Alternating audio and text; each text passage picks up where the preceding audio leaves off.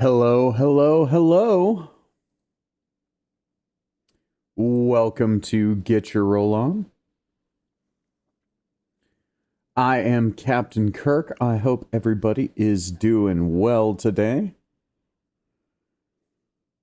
I'm just gonna grab a link really quick. I'm gonna go drop that off in the Foundry Discord, and then we will go ahead and get started.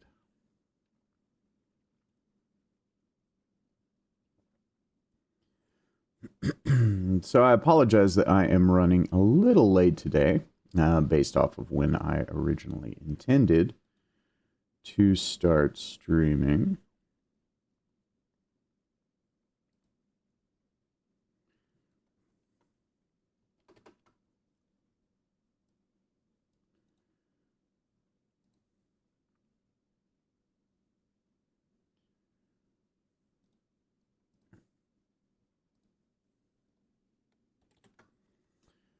My dog was very adamant about wanting a walk before I got started, and I had a hard time saying no.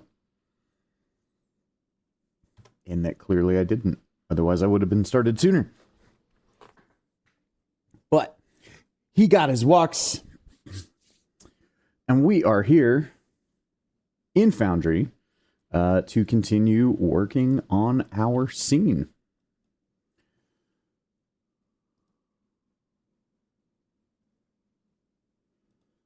So, let us get some tunes going here. And,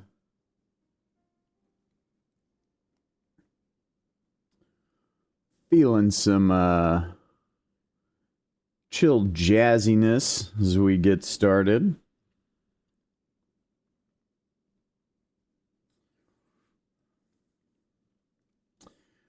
Also got caught up for a little while discussing plans to, discussing plans with a friend to potentially torture another mutual friend with some art. Not truly torture. Torture in jest. But we'll see if that comes to fruition, but it would be pretty hilarious. And anybody who knows me, as you know, some of you guys will get to know me over time, right? If you don't already, I am nothing if not a consummate troll. I am actually this is like the only productive no, this is not the only productive state. My default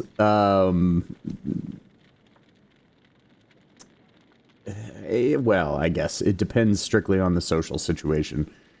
My default personality, if I am not in a position of leadership, is essentially a walking, talking shitpost.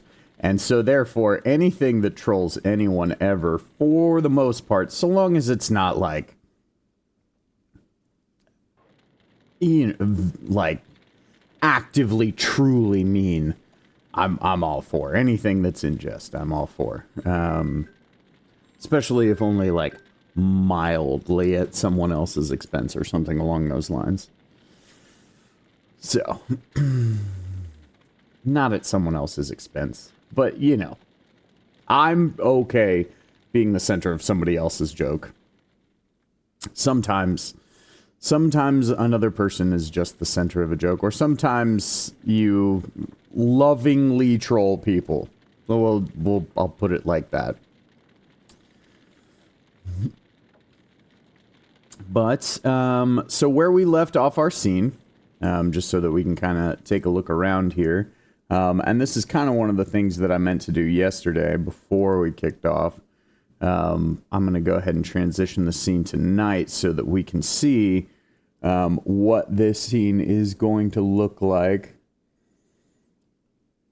Oh, well, thank you for lurking, Red. I appreciate you. I hope your campaign world map continues to go well. It looks amazing thus far. You should totally share it over on Discord with everybody else if you get a chance. because, yeah, her map is, I can't draw to save my life. Art and I, outside of music, are not friends.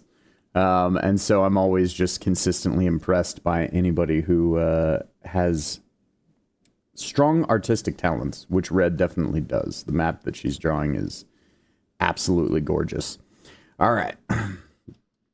So we kind of have an idea of what everything looks like there. That's what the scene is going to look like actually at night, right? So the piece that we were on now is fleshing out these tents, right? So similar to what we did here, with filling out the inside of the sort of general's tent, if you will. So it's a little difficult to see from my perspective. Were you a player token here in the scene, you would be very easily be able to see all of these details, as I've made this invisible, but here we just kind of get a translucent version of it. But yeah, so we need to add the light to this lantern that is inside of the general's tent. So we can go ahead and start off there, and then we will go about adding the details of what is in the tents of these other occupants down here. So we know that we kind of established last time that these are some ogre guards, maybe, you know, non-commissioned officer type standing folks. I'm going to kind of do it to where it's like one of the tents is singular, and then the other one, maybe more grunt level or something along those lines, is going to be two. And then these will all be two-person tents over here. But let's move. The first thing I want to do, so that I do not have the top portion of this tent in my way while I am drawing this, is I am going to go ahead and fully move out of the way. When I say drawing this, I mean adding in the lights. So, and then we've got, going to add a new light here. And now there's a couple ways that I can do this, right? So I'm going to show you the sane way.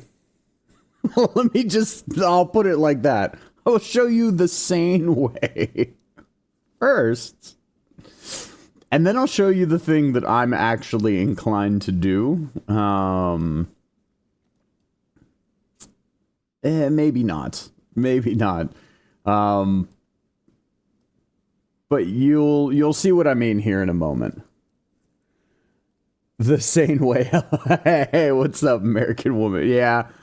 Well, I say the same way because there are sometimes with some of these things, there's a level of detail that I go into on some of my scenes and some of the effects for some of my scenes that is, I don't think anything that anybody should ever actually do. But my brain says I have to. So I do it. So that's why I say the sane way to do it. So we'll start there, right? Elevation wise, height top. I do definitely want to set height top at 30, right? Because I want this upper tent piece. Now, this should already go ahead and do this for us, right? Should constrain the light and keep it from showing up above. Like, once I have this not invisible and set over the top of this, the light shouldn't shine through to the outside. But we know the top height of our tent was 30 feet. Was it 25 feet? Now I'm questioning. Now I need to go over here to this tile and remember what height I set you at.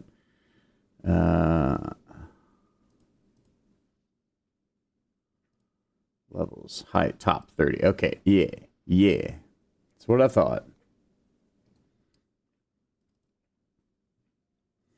Right, and then distance-wise, This is, you know, like I talked about before, there's a mineral, an element, a crystal, or whatever you want to call it, in this world called Eldrium that essentially acts as sort of a magical energy source for different inventions and things like that.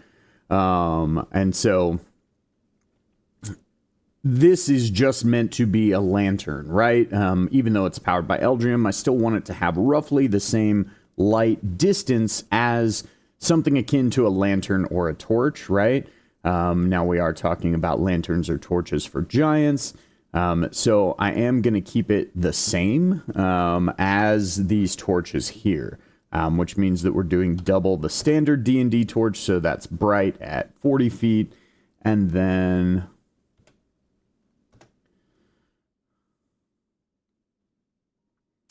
dim at 80. Now, this light is going to, for right now, extend outside of the bounds of the tent, which I'm pretty sure... Yeah, so it's definitely extending outside the bounds of the, like, tent's walls. So what we'll do is we'll specifically come over here, and we can adjust this wall, and I'll show you how you do that, to where we will actually turn this into what's called a one-way wall. Where essentially it's only a wall from one side and not from the other, is the long and short of it. Or essentially we're going to use it to block light from one side and not from the other, so that way the light will be confined to the interior of the tent. But for now, we're going to come in here. And I do want this light to have a definitive sort of Eldrium crystals in this world are sort of naturally or typically everything that I do that's like an Eldrium created light in my world, I typically give this sort of like aqua-y tealish hue to. And so this one is going to be no different. And then light animation, as opposed to the flickering, right, of the, like, torches. For this one, I usually do pulse. So, because I do want it to seem as though it's almost like there's, you know, this is as close as this world gets to having, like, electricity, right? And so I kind of want it to have that, like... I don't know, Tesla coil electric arc kind of feeling. And to go along with that, I actually have an auditory effect that I utilize for like Eldrium based equipment and lights and things like that as well, that will add to this to overlay that has kind of a sort of like 60 cyclish electric generator sort of hum to it. So, and then, yeah, we're going to pulse that.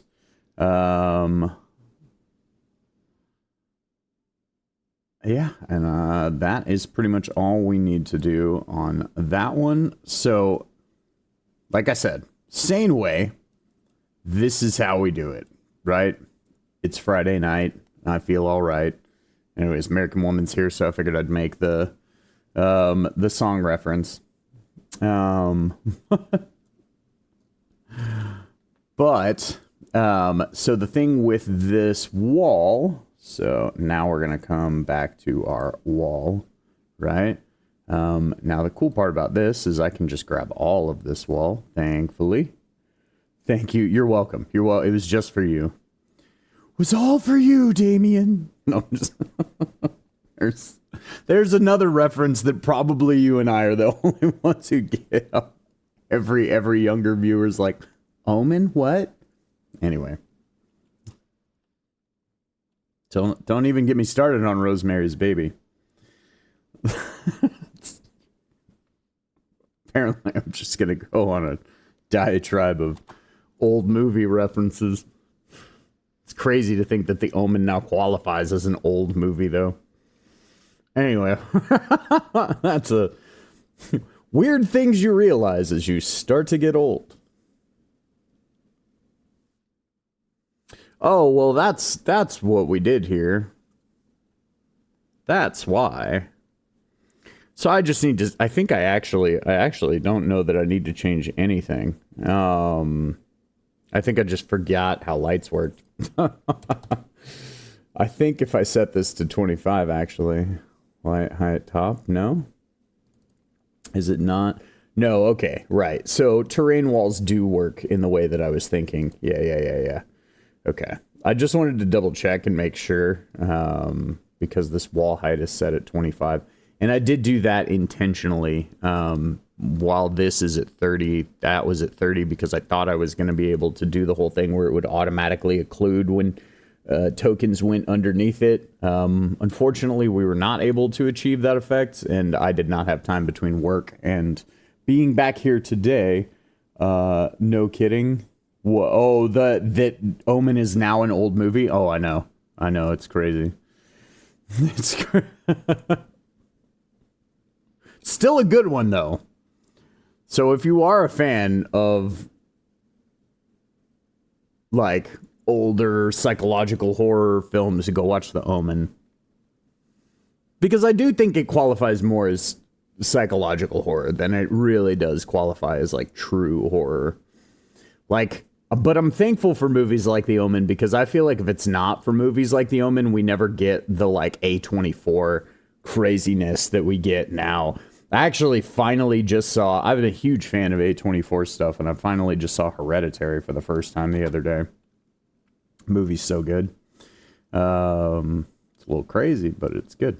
All right, so here we can do this a couple different ways, right? So, we could just go none, right, on light, and then apply, and then bam, our light should now be constrained by the wall. Oh no, I did none. I did the reverse of what I wanted it to do. Haha, I'm thinking I want none to go through. Normal is the setting that causes no light to go through. So bam, I can't do that. Now, the weirdness, though, that this will kind of create, right, is that now it also means that there will be none of this light, right, from this, is going to shine this way onto this top piece itself. Or wait, is that true? Because the wall height is different. So I actually, did I accidentally do this correct? I think I accidentally already did this correctly. Goodness.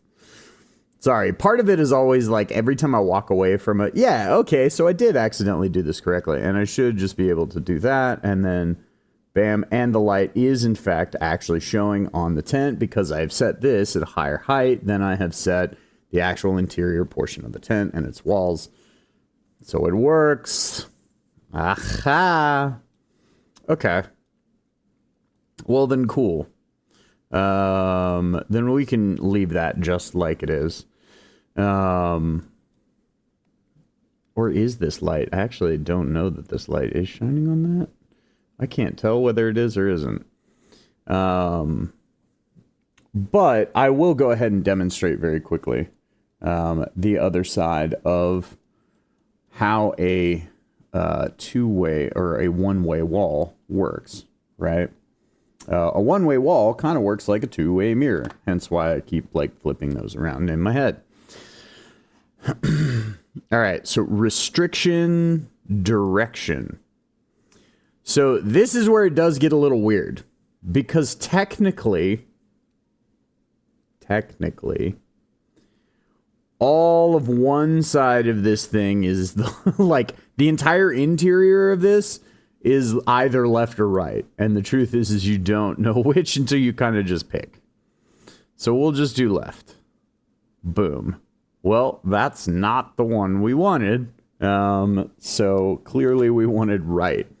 Now, even though, obviously, it's not the right? Oh, and that's perfect. And the light even comes out of the tent opening. We love all of this. Yeah. So essentially now what you see is we do have the light that's being projected onto the tent itself.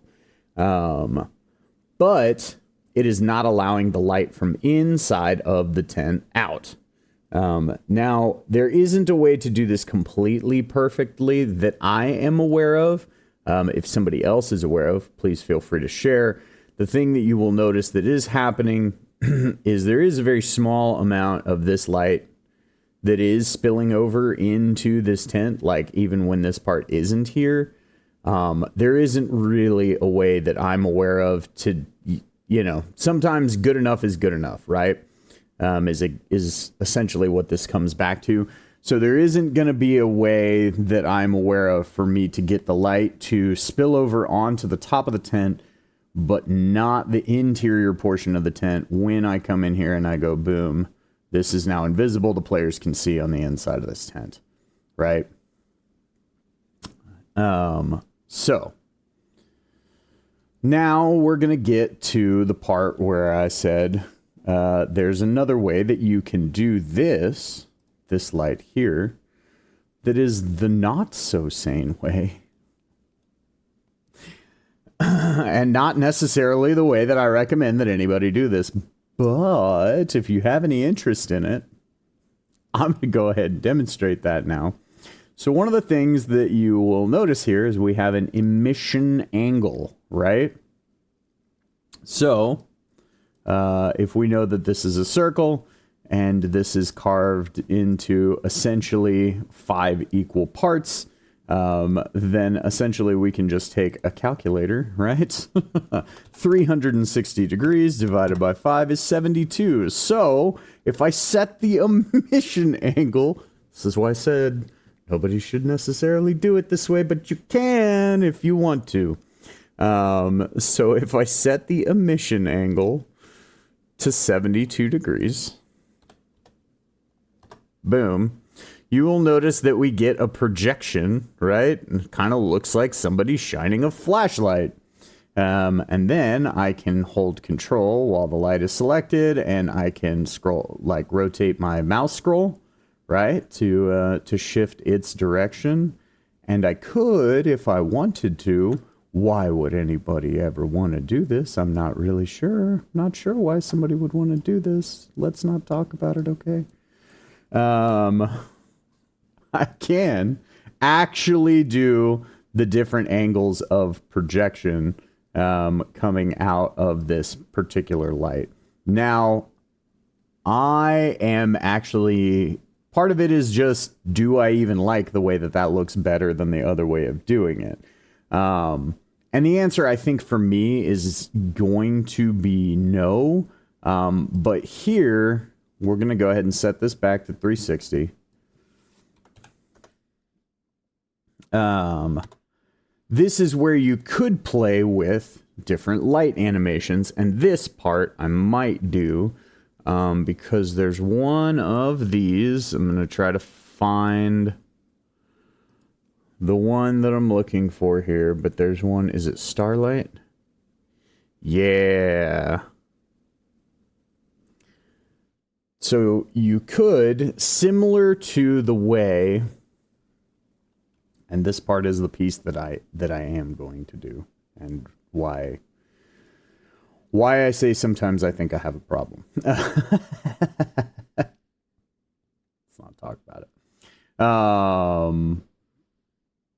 I'm not going to do the, actually, as I'm looking at this, I'm not going to do the emission angles, but I am going to do a little bit of an overlay here to give this a little more like light to it, or not light, life.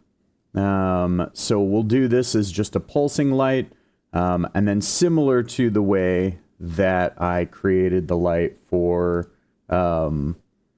the sort of flickering flame effect, right? Here on these, I'm going to use that starlight to create a small light for myself here. that's essentially just going to fake a little bit of animation to these sort of like light projections that you see out here. So to do that, I want to set kind of the same color that I have, but maybe a little more on the blue side, right? Because I want it to like show through. I'm going to give it a little bit of a deeper hue. Cool. We'll update the light source. And then light animation. We can come in here to starlight. Awesome. And then this is where I'm going to come in here now because I want this to show through, right? And I'm going to dime that color intensity so that way it sort of stands out a little more inside the other light. And then I can, did I not edit it? No, I still want 360 degrees. Don't change that. Okay, color intensity still down. Okay, it looked like it got more muted there for a second for some reason. But now I can take this, overlay it there. And now it kind of blends in with the actual items, sort of natural projection, and gives the feeling as though it's an animated item in the scene, even though it's actually me just using a couple overlaid lighting effects to create that. So I do the same thing a lot of times with animating not animating, right, but sort of faux animating, like water, the surface of water. If I want to give it the feeling as though it's moving, you can use lights set to very dim levels in certain motion settings that sort of make it look like the top of the water is rippling, even though I'm not actually adding animation to the scene. But it does give it a little more life, right? Which I like. So.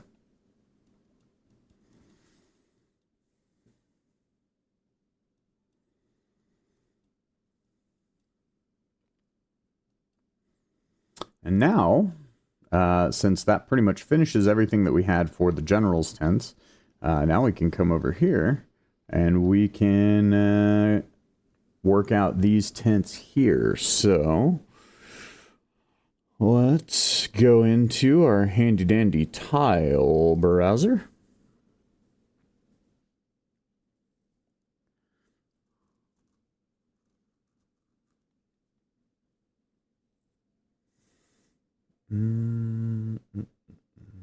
Where am I?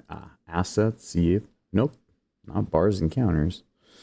I want beds. And for these, I basically just want it to look more like there's, it's one thing when you're talking about like the general and him actually having a bed, but for these tents, I want it to look more like it's basically just like some type of like bedroll style deal. So if I come in here to furniture,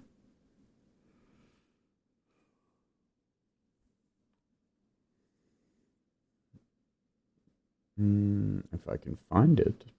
Oh, that's because I'm in not furniture. Would help if I was looking at furniture. And then I want bedding.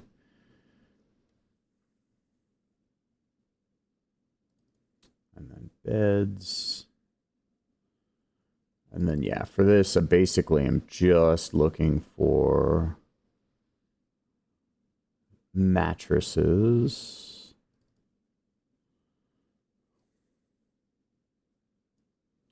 So cool. Although that is definitely much bigger than I want for this. So, interestingly enough, we'll go ahead and drop this. I feel like I'm going to cut this guy by about 1/4. And we're going to see how it looks there. So we'll do 300 by 150.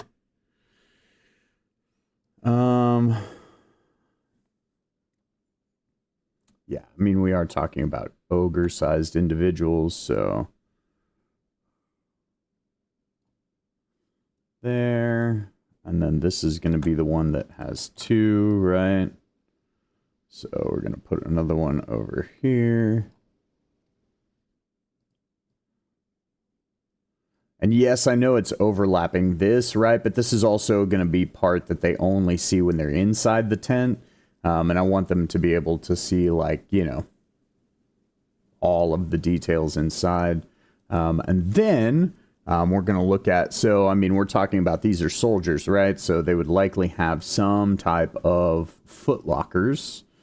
So let's see if we can find some type of trunk, right? Or crate or something along those lines that's going to be able to serve as that. So what do we got here? Display cases, seating, shelves, tables, washing, altars. It's kind of none of those things. So decor, let's try there.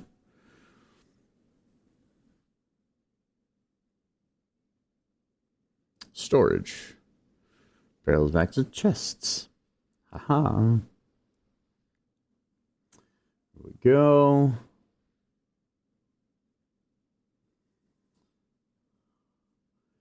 And these are ogres, right? So it's like they're kind of known for their big brutishness. So I'm sort of looking for something that's going to complement that. And I found this cool chest here, and it also looks like it's got kind of a little bit of like rust and patina to it. To me, that shows that it's like more well used, right? And so we're going to take this. I feel like we are going to go ahead and maybe cut its size down a little bit. So let's I'm going to use my token like for comparison again, because if we're looking at what the size of an ogre would be, we're talking about a token that would be 2x2, at least on the map, right? So I just want a little bit of a basis for comparison.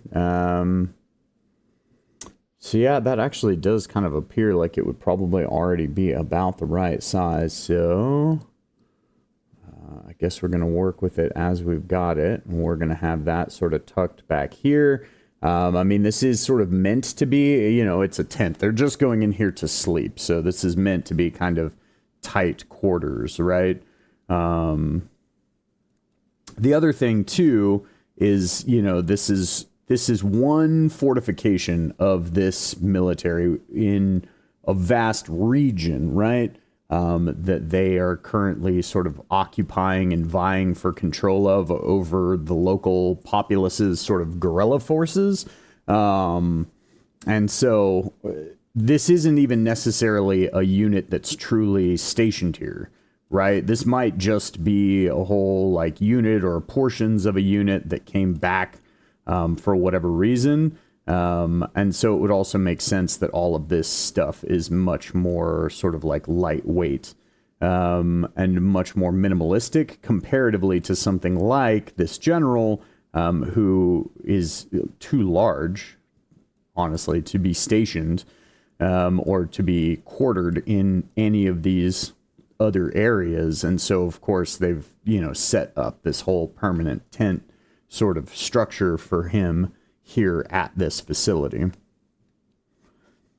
And then I want to add a little more differentiation to it. So we're going to say that, you know, because I always try to give as much life to all of my scenes as possible, even if it's just enemies that my players are going to be killing. Right? And that's as much screen time as they're going to get, is basically showing up to get shot down. And sometimes that just is what it is.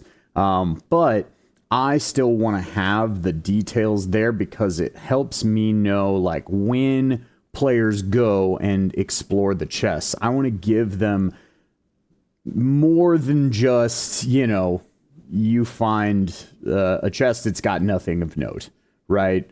You know, I want to know a little bit more about who this chest belonged to, so that I can add at least one little piece of kind of like flair or detail that shows or tells something about this person, right? So I'm going to imagine that the two ogres that are in this tent, one of them is much more of the grizzled war veteran. The other one is going to be a little bit on the younger side. And so going to do another chest here. So, and this one's going to look a little bit cleaner. I specifically picked one that didn't have that kind of like rusty appearance to it, because this is a newer issued Foot Locker, right? And then that also kind of describes like why all these metal bands are on here. You know, this is an ogre who's been chucking this thing around for however many years that this ogre has been alive and, you know, part of this military. So these bands could just represent places where it's had to be reinforced because the wood is literally falling apart at this point, right? That's way more detail than anybody needs to think about for any scene that they run in a D&D game ever. So let me preface with that. This is the thing that I like to do, so I'm just simply explaining why. If you are the kind of DM, player, anything like that, and you're watching this, all of these levels of detail are not a necessity to run a D&D game. Just because it's necessary for my brain, and these are things that I want to add, doesn't mean that that's what anybody should have to do, or should even necessarily strive to do. You know, so there is no wrong way to play. Please remember that. I just thought I should preface because I'm going into a lot of detail here. And for some people, that level of detail could seem maybe somewhat overwhelming. And that's not, like, you don't need to do all that, to run a successful D&D game. You don't need to do half of what we're doing here. You could have thrown down this map exactly like it was, done nothing else to it, put some monsters and that sort of stuff on there, and you could have just adjudicated all the heights and all of that sort of stuff on the fly, if you even really care about that. You know, if that's not a level of tactical depth that you want in your game or that you care about being expressed through your combat, then that is also totally okay. Like, that's the cool part about tabletop role-playing games, is there is no wrong way to play. We all just have the ways that we like to do it. And I like very detailed scenes. I like very visceral combat. And I like all of the little details that add life to the world and reinforce things that are going on in the world, even through little characters that are essentially just meant to be there to let the players take out. Oh, Bob Ross. Am I the Bob Ross of D&D now? Oh God.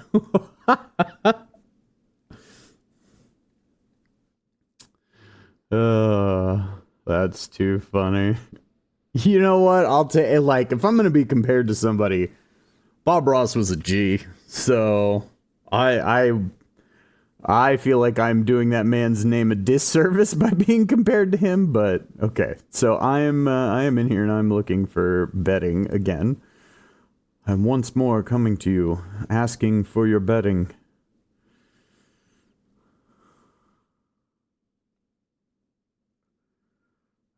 For those of you in the US, you might recognize the Bernie Sanders reference. Like it, don't like it, don't particularly care one way or the other.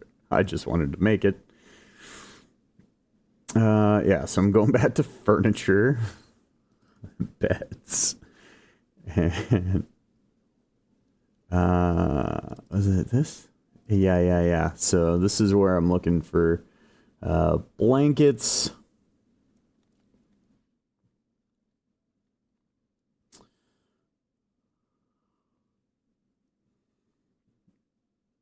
Yeah, and what's the, like, most slovenly looking one I can get, right? These are ogres.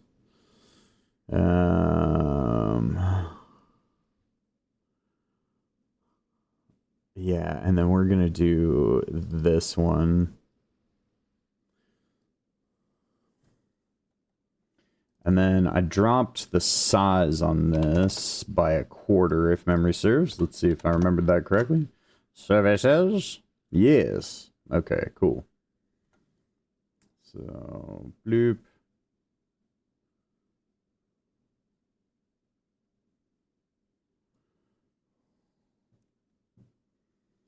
And then I picked this purple blanket for the other one because this is going to be that, like, veteran, right? And I'm just imagining that, like, somewhere he, like, in his service came across, like, some purple, like, tapestry or something like that he liked. The can you grow a fro? I mean, I can do the Jufro thing. I mean, actually, I say that. I don't know. I've been shaving my head for so long now. God only knows what I would look like if I, like, really grew my hair out. I don't think my hair has gotten longer than, like, maybe an inch and a half at the longest that I've let it go in the past probably decade. Perfect. Yeah. Well, I mean, you know, being part Israeli, being part Jewish, does make it easier to do the fro. Perfect. I just gotta get the pick so I can tease it out.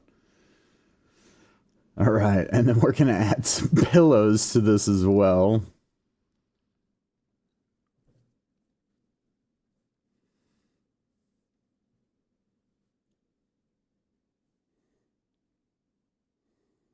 And then leave the pick in. Right.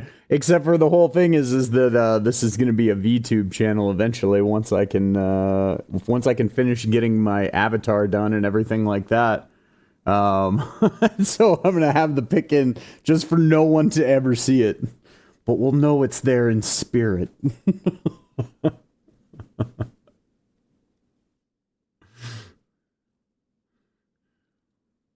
But yeah, I actually, believe it or not, I did. Mine is not nearly as, without specific product, it's not nearly as, like, kinky as Bob Ross's was. Not that kind of kinky. In case you're going down that rabbit hole in your head. But there was definitely a time where I actually wore my hair in not unfro-like fashion for quite a while, actually. 20s were a weird time. So that's all I'm going to say about that. Okay, we're going to move this guy to the front because I know that handle's not sticking over the bed, and it would bother me otherwise because I'm neurotic. All right, and then pillows. That was the thing that I was coming in here for. So let's go back to here. Well, let's not kink shame, but yep. I knew that as soon as the word came out of my mouth, I was like, somebody's taking this a completely different direction. And it had to be you.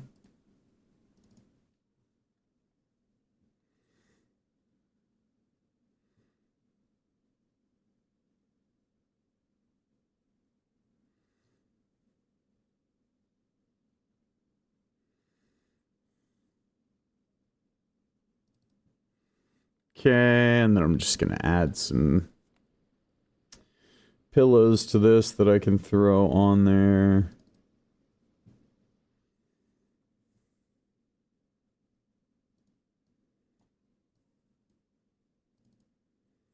And yeah, it would be 150, because most of the bedding stuff I want to drop by that same sort of ratio that I did the other one, so that way it kind of all lines up. So yeah, we'll put that there. And then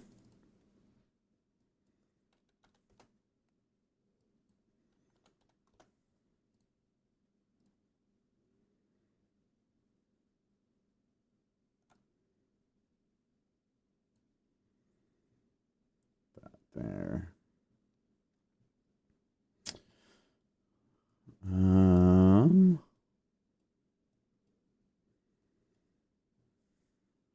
Then see here. Clutter. Class rate. Yeah. Here we go. So clearly, ogres must like to drink, right?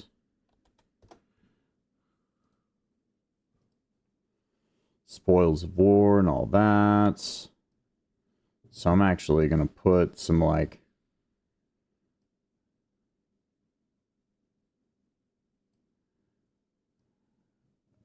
yeah, that there, this, up, yeah.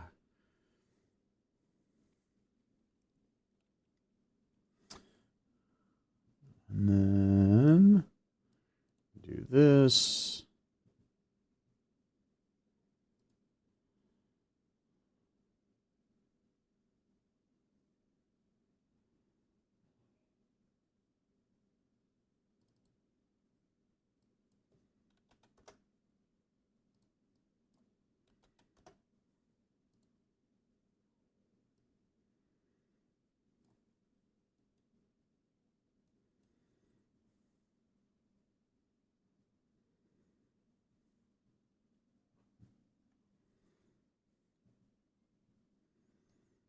And then this can be some type of exotic liquor that our veteran has gotten a bottle of at some point that he's got just hanging out.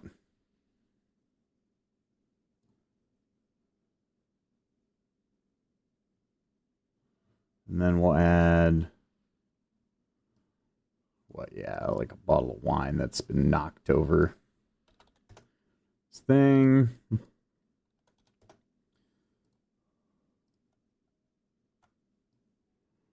This is our, like, old drunken grizzled vet's locker here, right?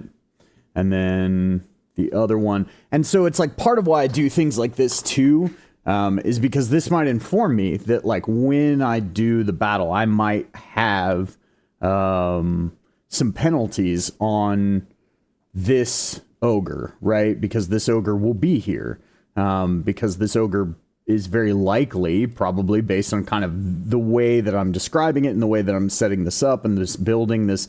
While I'm not writing out a whole backstory for them, it lets me know that this ogre is very clearly like a drunkard, and maybe a little older, so maybe he's a little slower than some of the other ones, things like that. And those are all details that I can use in the description of, like, when my players are actually encountering this ogre.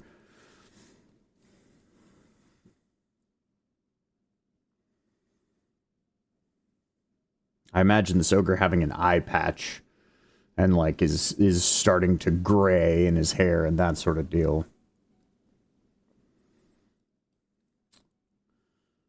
All right. And then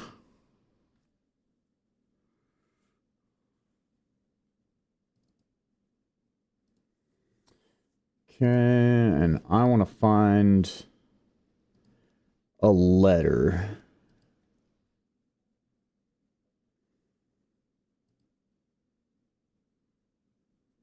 That I can have on the other younger ogres, like, chest. Because these chests also kind of serve as their only, like, place to sit inside the tent, you know, and also the only sort of, like, desk-ish, even remote equivalent that they have for anything like that.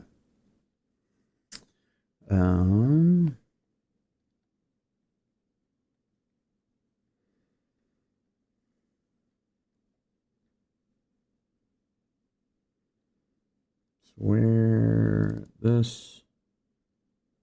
All right. Yes.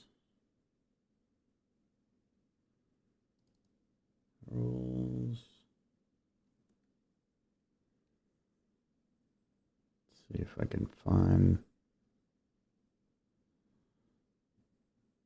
No. Want paper sheets, scraps. Here we go.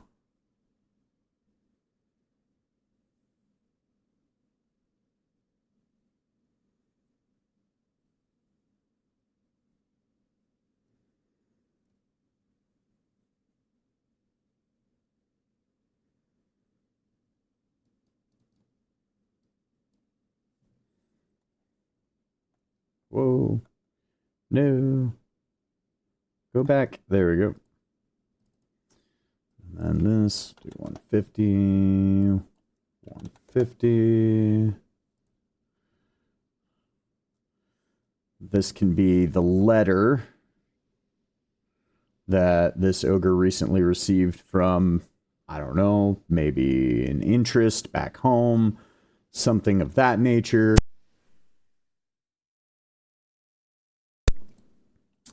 And then I also want to find like some piece of jewelry that this other ogre has very clearly looted that he intends to take back to whoever this letter is from.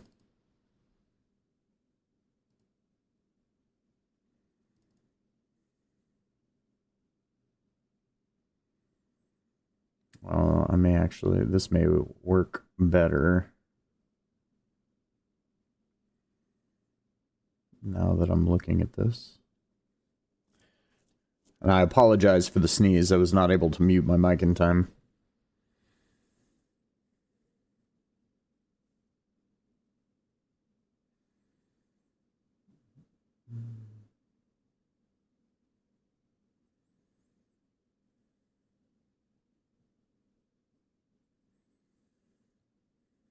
No, okay.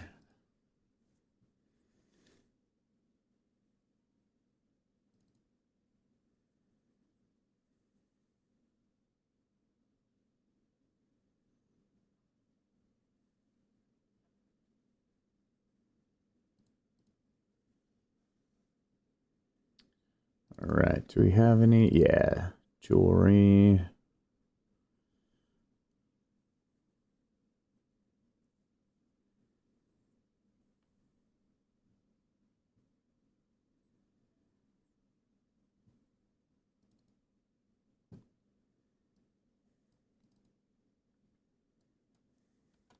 And then this is also clearly like a piece of treasure that the players can then potentially loot, potentially sell, if they decide to, or, you know.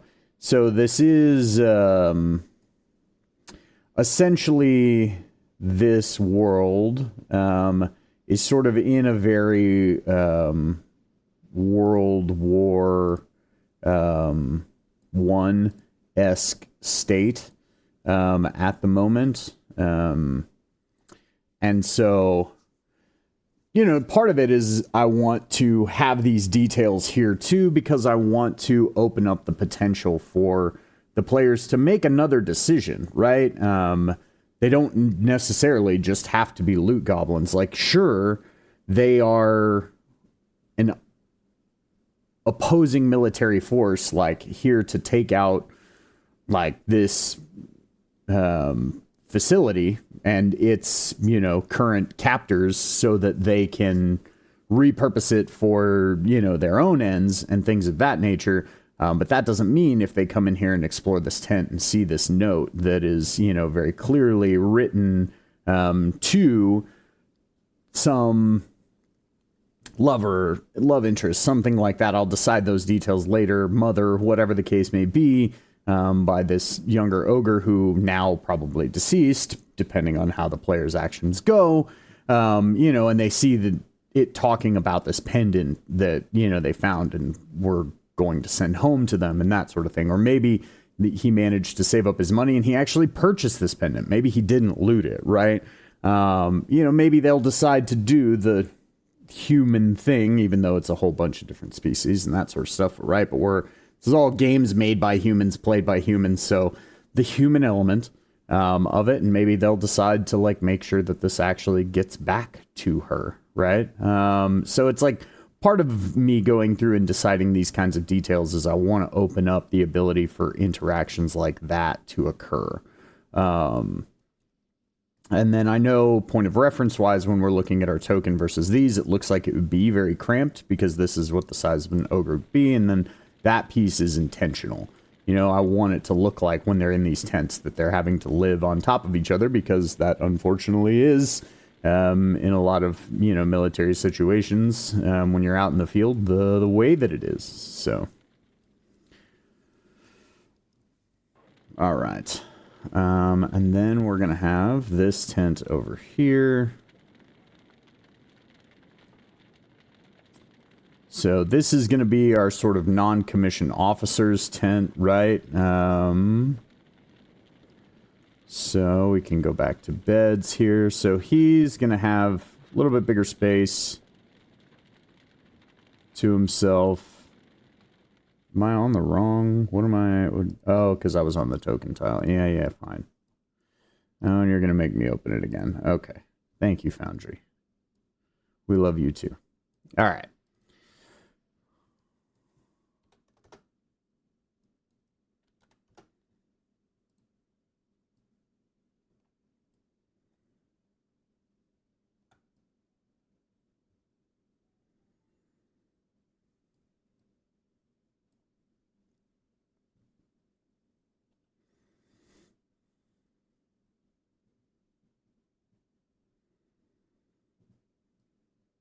So yeah, we're going to have the bed at the back of the tent here.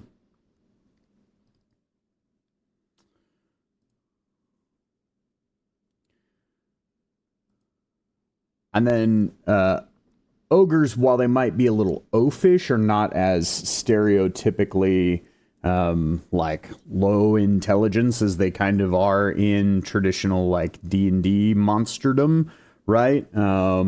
And so I feel like to represent that and to represent that this is an officer, but like a non-commissioned officer who, you know, has to like be the example, that sort of thing. I'm going to have his bed looking fairly like clean cut, well made, that sort of thing.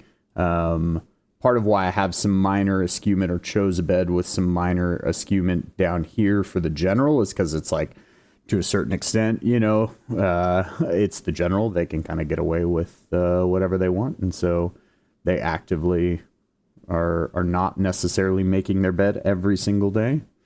But this is like the non-commissioned officer who takes that sort of thing seriously. And so he's going to have that very tucked in, tidy bed. So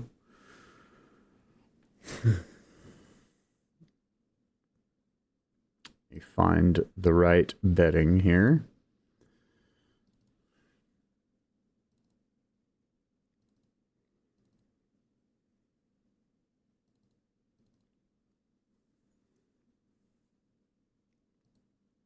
Yep, this is the one.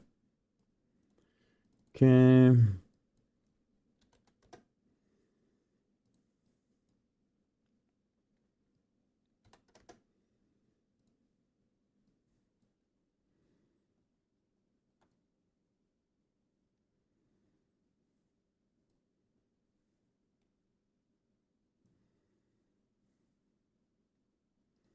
And then because of that, I also want to find, you know, so this person is very precise. So if they're taking the time to make their bed, they're probably also taking the time to like fluff and crisp their pillows, sort of, so to speak. So I imagine it would be one of the more like straight and even looking ones of these. This is probably about as straight and even as I'm going to get out of these. So, oh, that is not what I wanted to do. We'll pretend that didn't happen. This here, like that. But I need to reduce the size on this.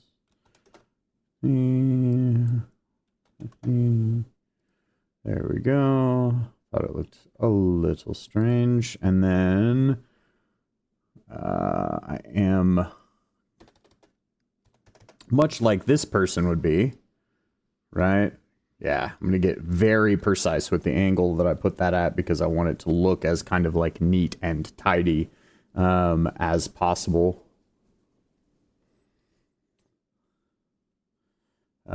So they're going to have their locker too.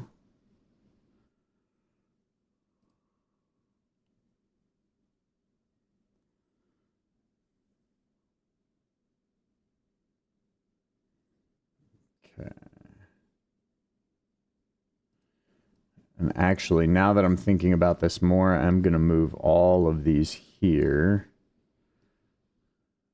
Because this person is going to have a small desk in there. So their footlocker is going to go down here. I think I can make that work. I mean, it's going to overlap the edges of this, like, not truly the edge of the tent sort of deal, but they just seem like the kind of person, as I'm sitting here, that would very much like have their footlocker like tucked away.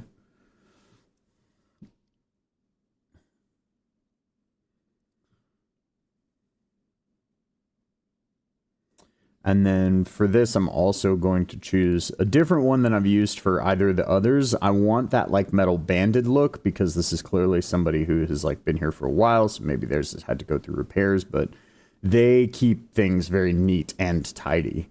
As a matter of fact, and this is kind of like, you know, an interrelationship might be forming between some of these, maybe this grizzled old vet here and this sort of non-commissioned officer. Maybe they entered the military at the same time. Maybe they've been friends for a long time, right? But it's just one of them embraced the life and the other one is here because they have no choice, right? Because it is very much a sort of conscripted military situation in this nation of giants. So they are not being asked to serve. They are being forced to serve. But, you know, you will have some people that embrace that. You will have some people that won't, right? And so that also might mean that, like, if one of the two of these two goes down during the course of the fight, whoever takes out that ogre, the other one is immediately going to respond and then attempt to attack them. So it's just those, like, little detail pieces that I like to put into my encounters to just make them feel more alive and make it feel like these encounters are in fact against actual beings and not just ogre A, B, C, D. There's nothing wrong with having an encounter that is just ogre A, B, C, D. Just because I don't do it that way doesn't mean that you don't have to do it that way. So don't feel pressured to do these kinds of things. Just sort of explaining my mindset as I go through. Really and truthfully, however you want to do it is, like I said before, fine.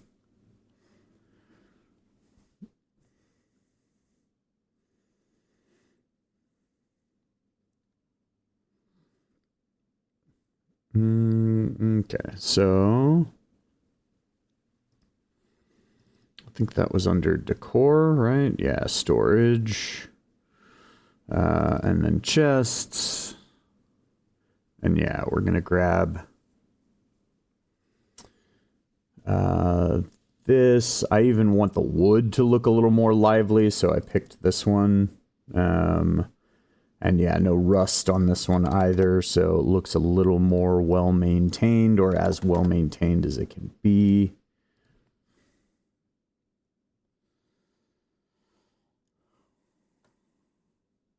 Right, and that would definitely be right at the foot of their bedroll.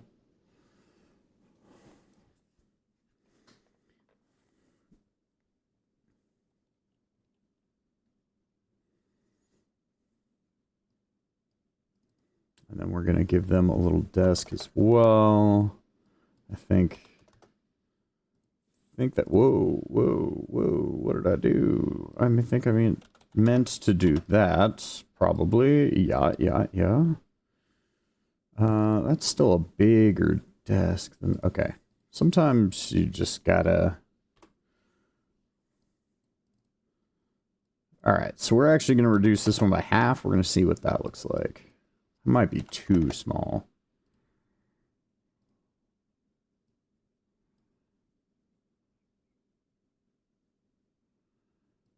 Okay, so essentially these are their chairs. So I want this desk to be comparable to one of these chairs. So let's try 300, 150 one more time. Felt like it was maybe too big, but yeah, I guess that is the right size. So yeah, he's going to have a desk that's clearly he's still got to be able to get to his bed, right? So the desk would also be over here on this side near the front. And then this is largely just because he has field reports, things of that nature. I'm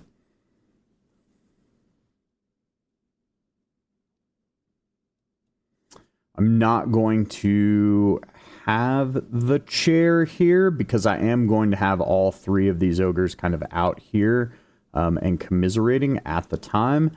And I think that like the chair would actually be, that'd be the reason why this one is different, right? This is the chair from his desk that he's just brought out.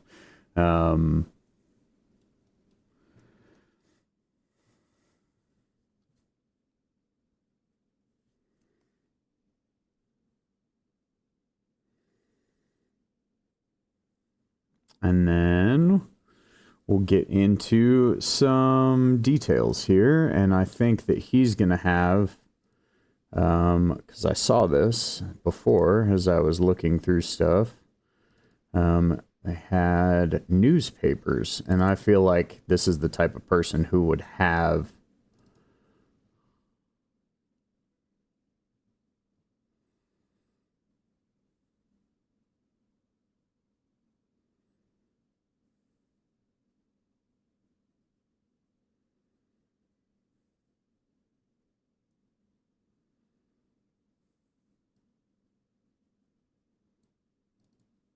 a recent newspaper on their desk, because there is print paper in this world, right? Technology level wise, it's pretty much industrial revolution. So kind of even the same time frame as, or technology time frame as World War One, right? So, and he's got that here towards the front edge of his desk. He would definitely have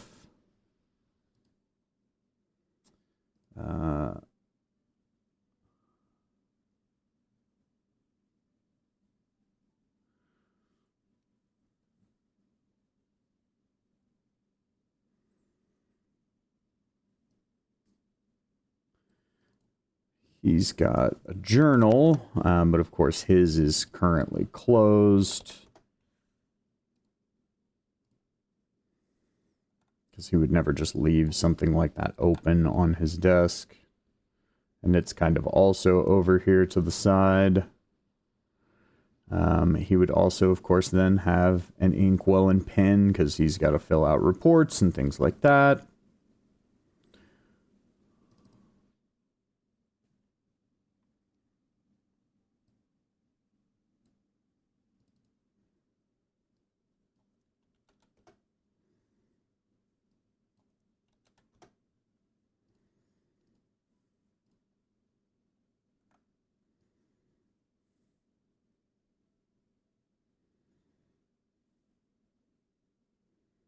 And he seems like the type that it's like that would stay stowed at the top of his desk as well as his writing quill.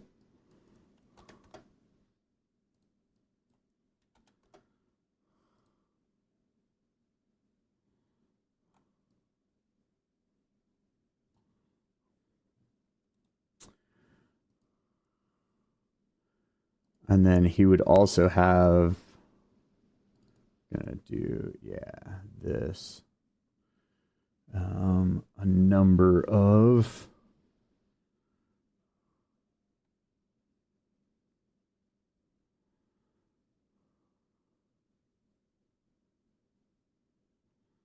sealed like reports on his desk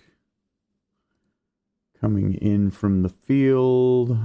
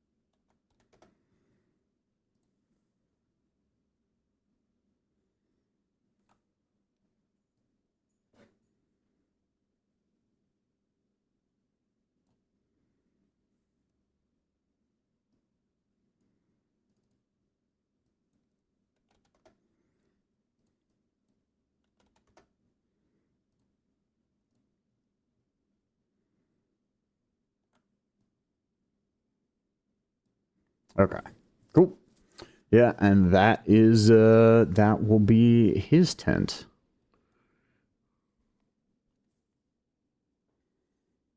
Hobo may or may not know of the biblical painting as Moses. Oh, did you spill the painting's existence to him?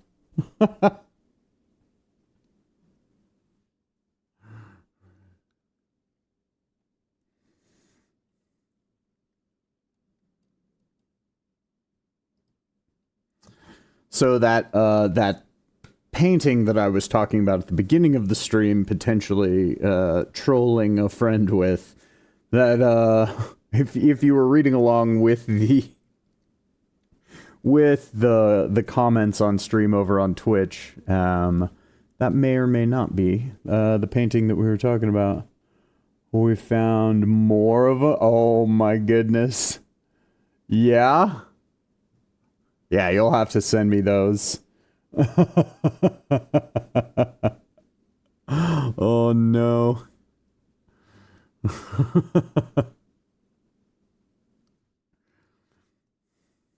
All right, so we've got our ogre's tents details all fleshed out, right? So now it's time to drop some lids on those bad boys. So we will once again go to our browser here and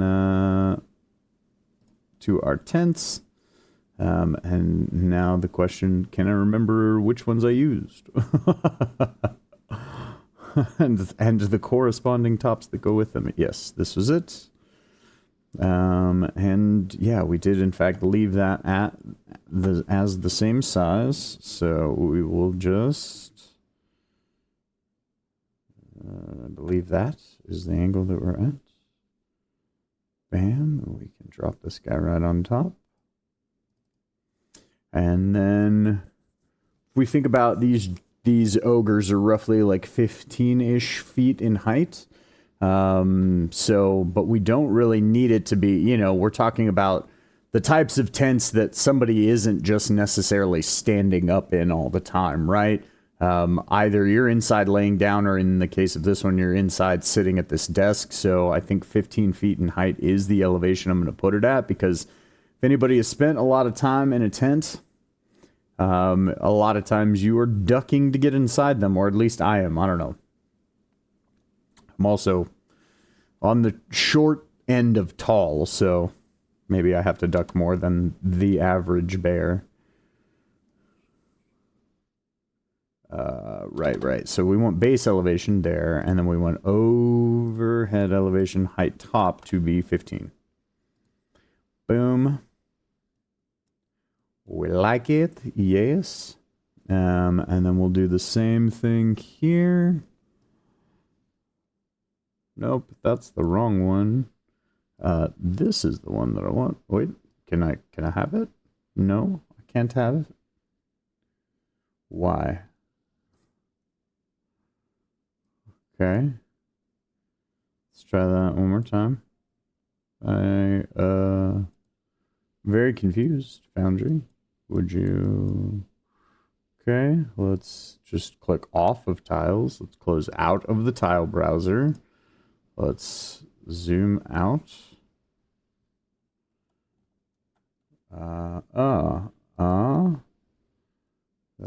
Can I select this token here? Yes, I can. Oh, okay. So everything happened. My Foundry was just somehow weirdly lagging. Cool. Well, let's get rid of, like, all of those because we don't need them.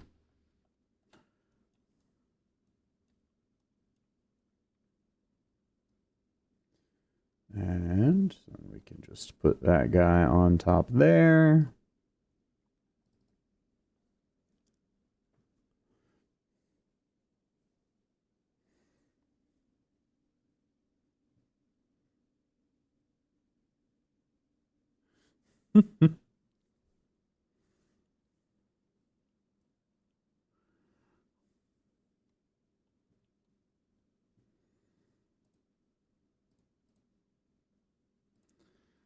Levels, top height, so same thing, 15. And voila. So then just like we did before with our tent over here, now is the time where I'm going to grab our handy dandy wall tool. And then we're going to just draw a little wall here. Just a happy little wall. You know, if I'm going to get the Bob Ross comparisons, then I might as well go full Bob Ross, right? Right? That was my thought.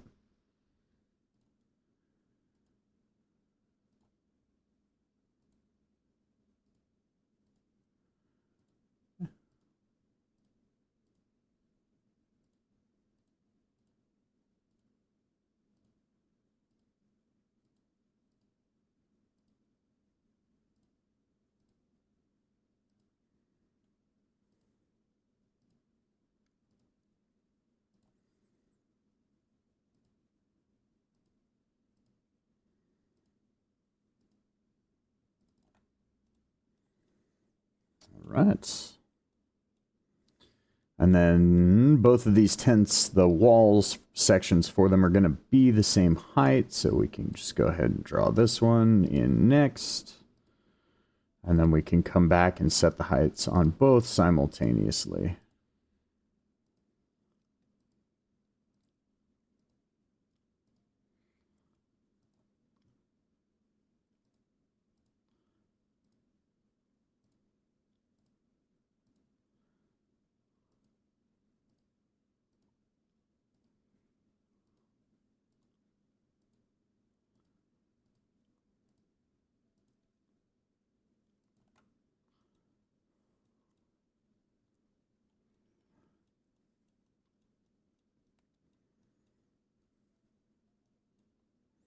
Right, and so now we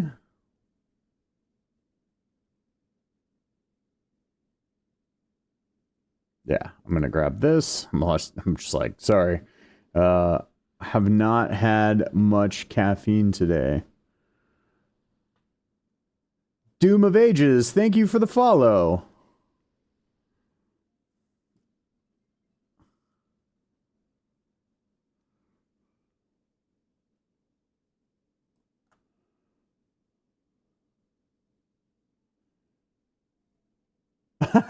Definitely got a Bob Ross vibe going on. Well, thank you, thank you. I'm glad you saw the video. I'm glad you liked it. I'm happy you're here. So yeah, I mean, I'm just I am prepping for an upcoming D&D campaign that is going to be play testing. So I have a supplement for 5e that I'm going to be self-publishing later this year called FPS 5e, because I personally feel like firearms in general and like gunplay, air quoting, right, is just something that feels very flat and lifeless in D&D 5e as it kind of currently stands. So my supplement aims to create something that feels a little bit more like you're getting a little more of that visceral interaction like you get from something like an FPS game, from utilizing firearms and also rules for modern firearms and things like that in D&D. And so I'm building this campaign is going to be part of a playtest for that. But I know lots of people use Foundry, and there's a lot of things in Foundry that are not necessarily that are a little just straight up counterintuitive sometimes. And so, you know, I figured these times are a cool time to be able to, in a chill fashion, hang out with the people who follow my channel, and also be productive towards the playtest campaign that I'm working on, and also, you know, show off how to do some things in Foundry that people might not realize you can do, or that people might want to do and not know how. So yeah, I try to like talk through what I'm doing as I'm doing it and why. Every time I do these streams, I do this stream, specifically the Foundry stuff, currently 3 times a week. So I do it on Wednesdays, Thursdays, and Saturdays. So you can definitely check out more of this on those days. I do stream every day. The other days are gaming. So on Sundays and Mondays, I do Baldur's Gate 3. I'm playing Expedition 33 for the first time on Tuesdays. And then Fridays, I have a very good friend, Reaper XPCs, one of the recommended channels on my main page here on Twitch.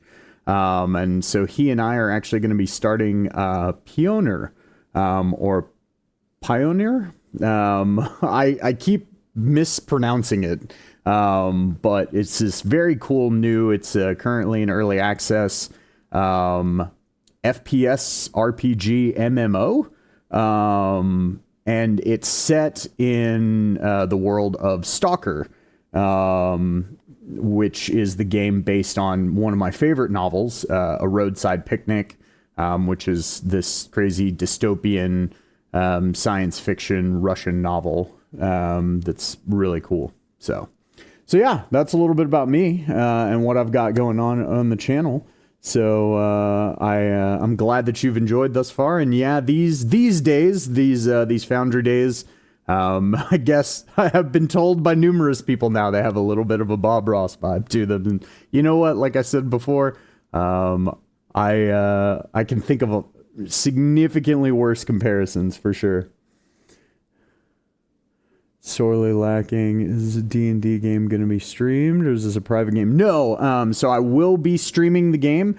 As you will see if you've watched the recent videos. Bob Ross vibes, always the best vibes all. Well, thank you, Red. Thank you, Red. Yeah, so if you watch the recent videos, you'll notice that I am very hyper detail oriented. So I do have a lot of setup to do before I'm actually going to be ready to start that. I'm going to guess that I'm probably a couple months away from starting that campaign. But yes, it definitely will be streamed here on the channel. It will either take the place of one of the Foundry streams, or it will just be an additional stream on one of the days that I do the Foundry streams. It kind of depends on what my schedule allows for at that point. But yes, it'll definitely be streamed live. And the playtest rules. So you'll find my Discord channel on the channel here. The playtest rules as I release them and as we start to playtest through them will all be live, fully free, and the playtest piece so that, you know, people like yourself, if you want to, can playtest the rules and give feedback and that sort of stuff along with that process. So they are not up on the Discord channel yet, but they will be once that process starts. All right, so what was I doing here? Oh, I was setting wall height. Right, so I want to mass set it, and these are all 15 feet high. Boom. All right, and then that pretty much handles those, right? So we've got, right, and the light's getting cut off where I want the light to be cut off, and all the good things are happening there. Okay, cool, cool. So that means it is time to flesh out the details of our just military grunts over here, right? So first thing, each one of these is just going to be a tent for 2. So I'm going to throw down their beds first in each, and then start working my way back from there. So I want my tile browser, and let's go back to the beds. And again, I want these to have that just sort of bedroll feeling. Pretty sure I'm going to have to drop these guys fully by half to get them to be the size that I want. I'm going to quickly adjust my tokens size here back to the size of just a normal D&D character, right? So that way I can have that as a point of reference.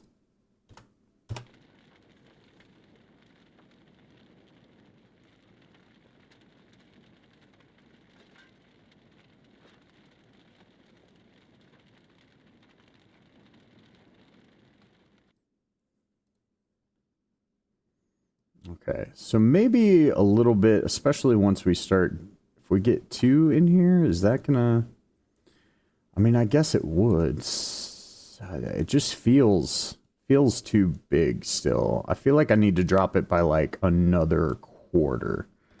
Let's do 75 and 150. Okay, that feels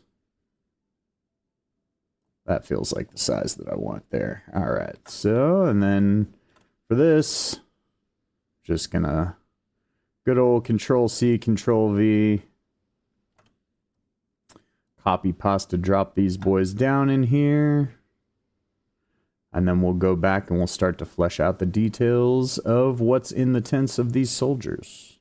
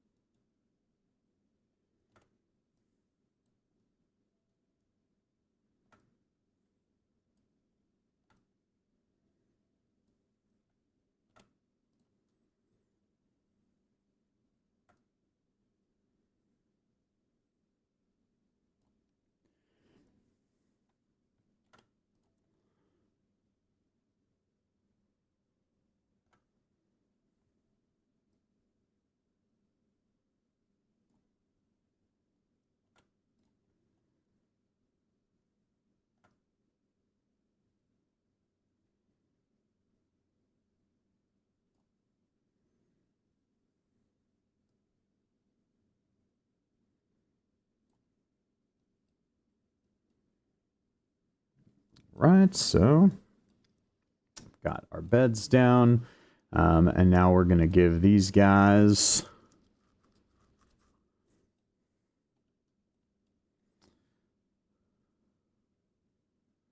their different varying foot lockers. So these ones I want to have a little bit of a different feel to them because they don't need to be as like necessarily heavily reinforced, right? So part of why I went for those like heavy metal reinforced ones over here is because, you know, they're ogres who are kind of known for their brutishness. So need something tough that's going to survive the wear and tear of ogres utilizing a footlocker. So for this, though, I want to find something not quite as heavy duty, something probably that just looks a little more traditional footlockery. So we'll go back to our storage and chests. And then, yeah, I think this is pretty much the guy that we're looking for here. So I'm going to grab a few different ones. Just so that I can have some variation to them and so that I can have a little bit of variation to play with as I toss these guys down. So go ahead and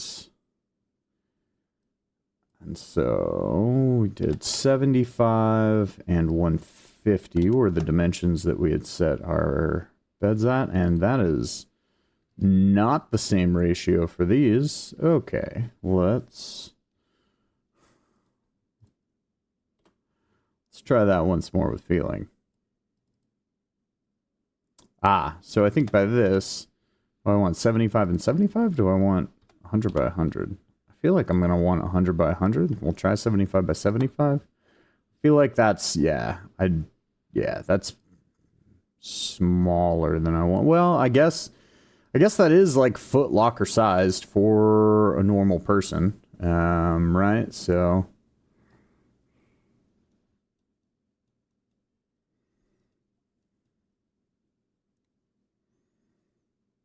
and then so what's the real difference between that and this? Let's do 75 again. This one looks like it's just bigger. Is it just longer? I feel like that's more the size that I'm kind of looking for. Okay, so we'll go with that there. in which case that essentially means that I pretty much only got 2 variations. There would be somebody amongst these that's, I don't know, maybe not an actual, like, non-commissioned officer, but a slightly higher rank, so I am going to give them one of these guys to kind of represent that. Sort of a sergeant, if you will. And I'm going to put them, they would be in one of the central tents, right?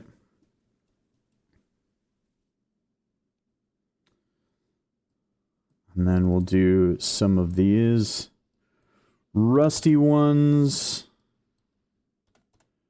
And these are kind of going to be for, there's going to be a few sort of, maybe not the same, you know, stereotypical alcoholic grizzled vet thing that we kind of did for this ogre that's back here, right? But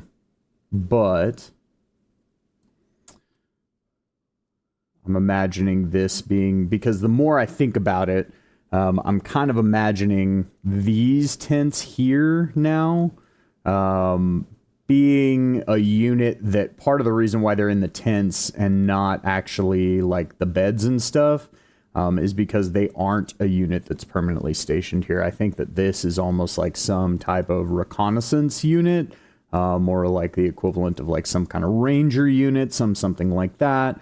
And so they just happen to be back from their most recent either deployment or, you know, excursion or mission or whatever the case may be. And so that also kind of now lets me know that these are all part of the same unit, right? These ogres and these here. But it also lets me know that they're like an expeditionary unit to a certain extent, right? And so the way that these soldiers are going to be outfitted, kitted, like the weapons that I would give them, the armor they would be wearing, and that sort of stuff would be representatory of a soldier outfitted for that kind of job. And any abilities that I give them are going to kind of correspond to that, as opposed to a lot of these other ones here just being, you know, stationed guards, right? Heavier armors, things of that nature, because you're not having to go off and like trek through, in this case, the desert for multiple days on end before you actually get to come back to this for respite, or that's if they even get stationed here regularly at all. You know, maybe they're part of a rotation of units that move through the region and they just happen to be the ones here right now, so.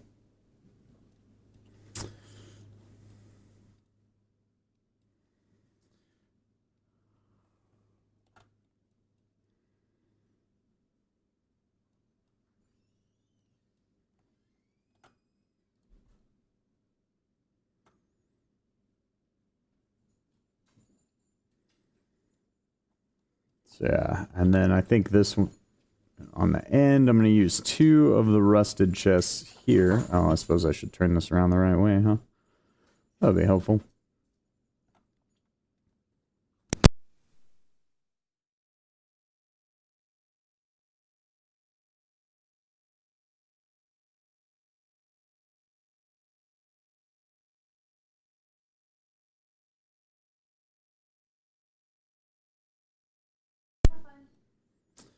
Right, and then we'll use, yeah.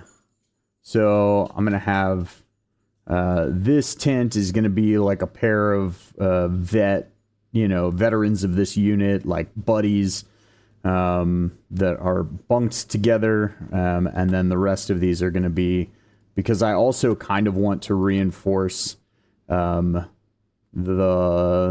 lethality of this war with some of these choices.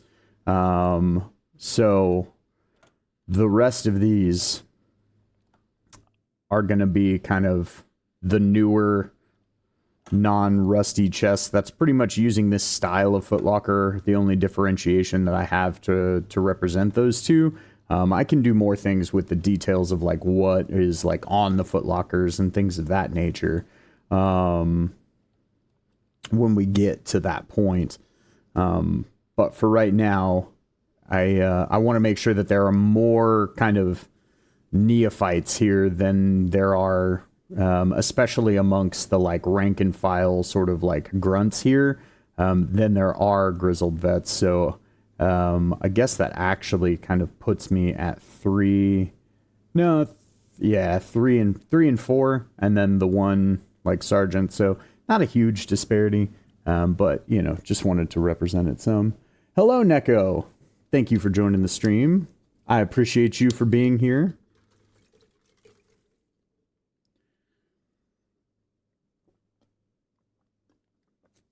Neko is actually my awesome rock star of a partner who I would not be able to do this without, and who is also part of our Monday night modded Baldur's Gate 3 playthrough.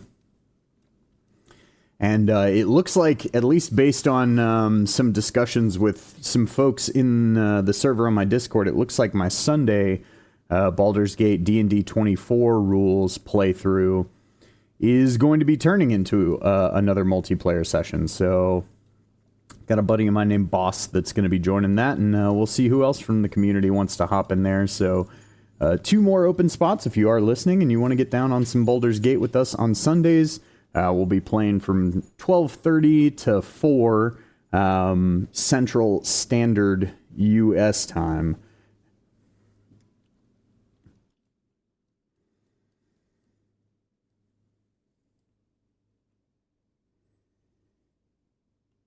Just the chaos on Monday night. No. American Woman is the chaos on Monday nights. And Chip. They are the chaos on Monday nights. In the best way possible. In the best way possible. But you can't stand still for too long, or American Woman will throw something at someone. Or throw someone at someone. You know, you just never really know. Alright, so I've got all those. It's time for me to go in here and start doing some details. So the next thing, I know that I clearly would but am going to have sort of blankets, pillows for the beds here. So I even actually want this sort of sergeant to be kind of a younger, newer, I'm the meme on Monday nights. In moments. Depends on the moment. I feel like we're all the meme on Monday nights, depending on the moment.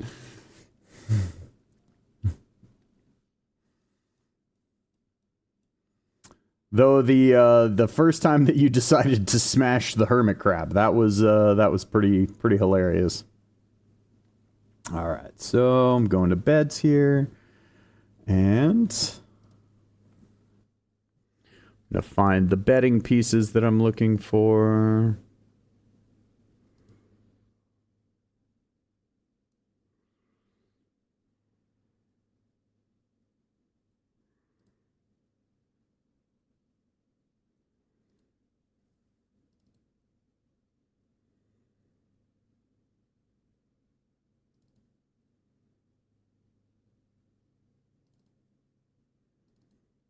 Sorry, the thing that you don't end up actually seeing on the screen in on stream is like when it actually goes into my file browser for me to add additional assets into Foundry. So sometimes where it's just like I click in here and you see me click this like choose file, and then all of a sudden nothing happens on screen for the next couple minutes. It's because I'm clicking in there and I am finding the assets that I want to add to what I've got going on down here. And then, like we talked about, this is kind of a ranger unit who's operating out here in the desert. So I'm actually going to grab a bunch of these. I wish I could get more than one at a time, but unfortunately I can only add one at a time. So I feel like some of these would feel a little more standard issue, right? But maybe not as nice as like the black. So I feel like you've just got these like brown, right? Sort of deals.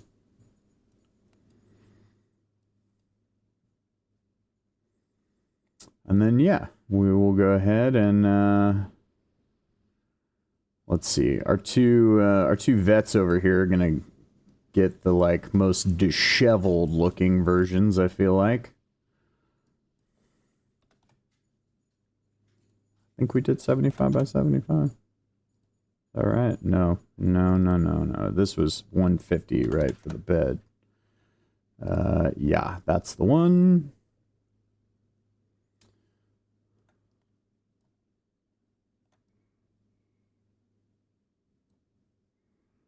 Right, and then I want the chest to be like looking above that.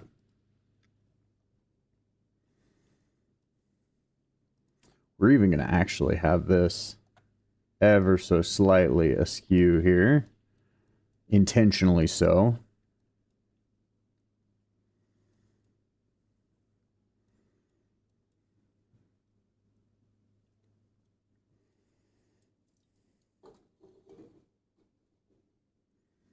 And yeah, as I'm sitting here and I'm thinking about this, I'm thinking about and not making light of any of this for anyone who actually is a military veteran or anything like that, but a lot of these things are like real things that happen, right?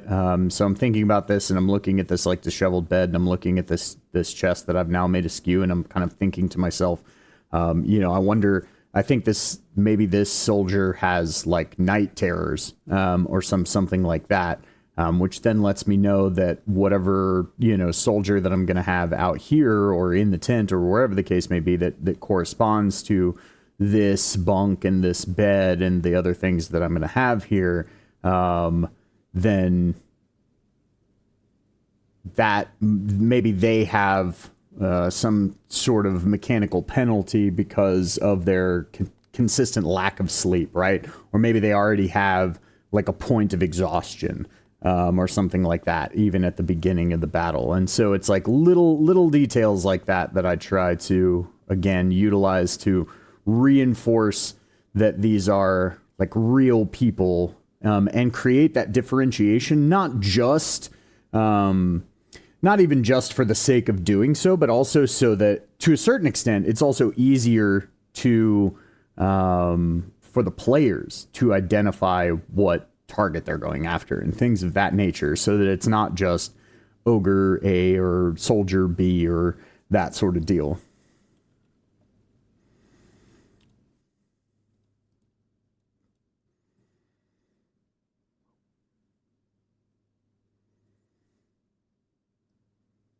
Okay, and then this will be their buddies' blankets.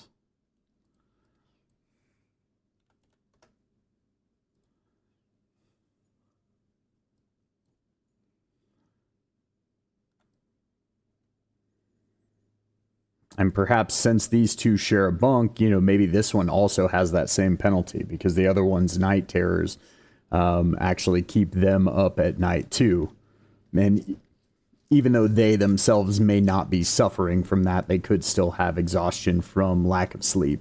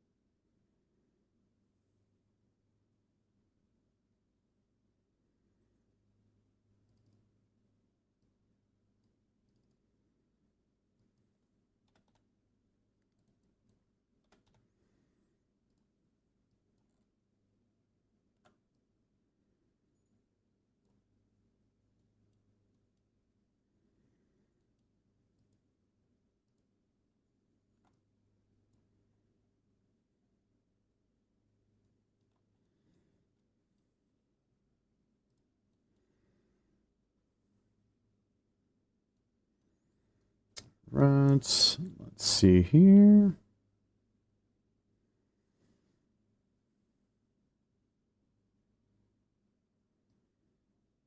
I will start off with this one.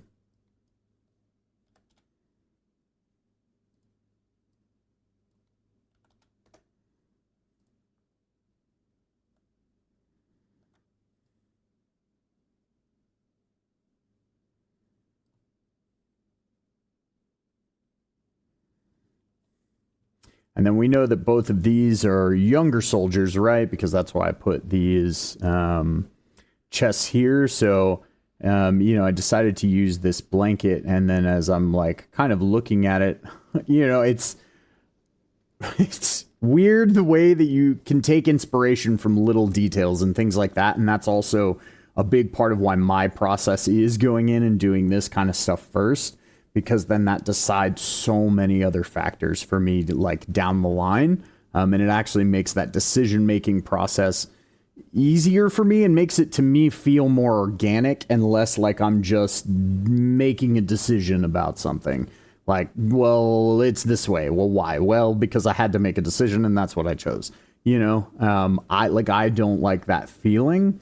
And so I'm looking at this and I'm like, okay, well, these are both younger soldiers. This one's kind of a little bit disheveled, but not like incredibly so. So it's like, you know, it's not like it's somebody who just, maybe it's somebody who, like, because keep in mind, all of these soldiers are conscripted, right? So if you have conscripted soldiers, you're going to have some, you know, sort of rebel rousers, if you will, in the mix with that. And so what that makes me think is it's like, okay, well, maybe this is the young soldier who was recently conscripted who has kind of a problem with authority, right? To a certain extent. And so, that'll kind of dictate maybe he's not using like the standard issue gear that they're supposed to be using, you know? Like, you know, maybe instead of the rifle that he's supposed to have or something like that, he's got a scatter gun or something like that instead. You know, some weapon that he's snuck in or that has, you know, he's just decided to use and has managed to be effective enough with it, perhaps, that it's like, you know, well, so long as it works, can you really argue with effectiveness, right? And that sort of thing is, let's face it, there's also things like on the front lines in a wartime situation that get played fast and loose with in ways that, you know, peacetime, everything goes by the rules, all that sort of thing.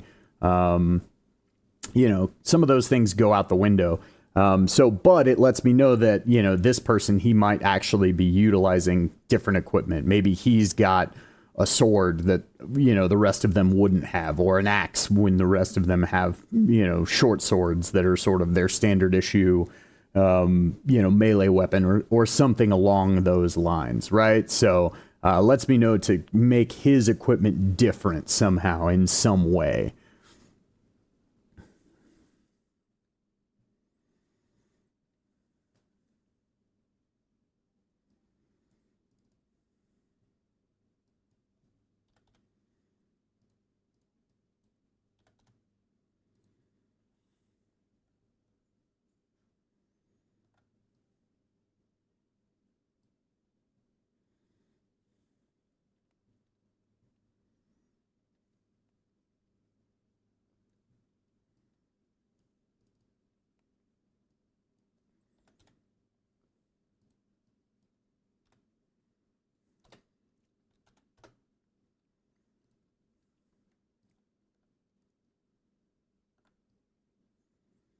And then the other thing that I'll think about as I start to put some more like fleshed out details here, right? That'll also potentially establish some pieces of how I decide to actually set up the, you know, NPC or the enemy or the whatever the case themselves, is that, you know, we are talking about conscripted soldiers, and maybe some of these new recruits, are not even necessarily young, right?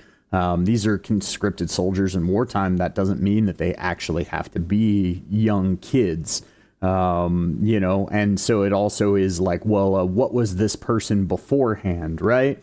And so maybe somebody was a cobbler or a stonesmith or something like that. And so that lets me know, like, you know, some of the like decor and that sort of stuff. And like I said, I'll kind of think about those details as I go to that piece of it. But it lets me know like what are some of the sort of miscellaneous items that might be sitting around on this soldier's chest or in next to his bed, or, you know, something of that nature.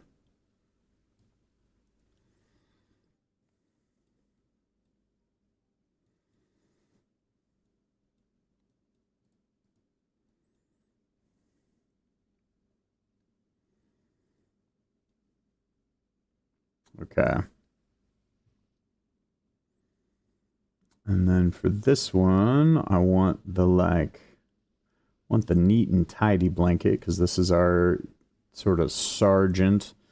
Actually, I want it like neat and tidy, but not like ultra. Do I have something? Let's see here. Keep in mind, I'm operating with assets from an asset pack that I purchased forever ago. I am terrible at drawing myself.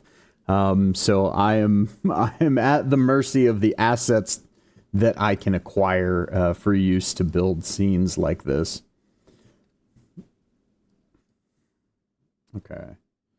So what is this? This almost looks like it wants me to do 150 by 150. Do that? Is that the right?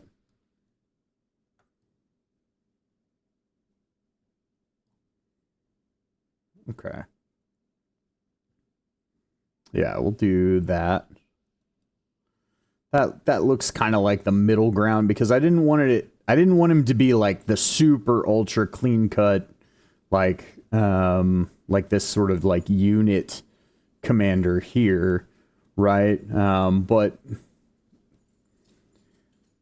I imagine that the unit commander is going to overlook the sergeant and like their bed, that sort of stuff, the things that they're supposed to be doing more so than other members of this unit, right? So it's got to be a little more by the numbers than some of the other members of this unit have to be, because this person would be the one inspecting other members of the unit, but this person is getting inspected by the unit commander.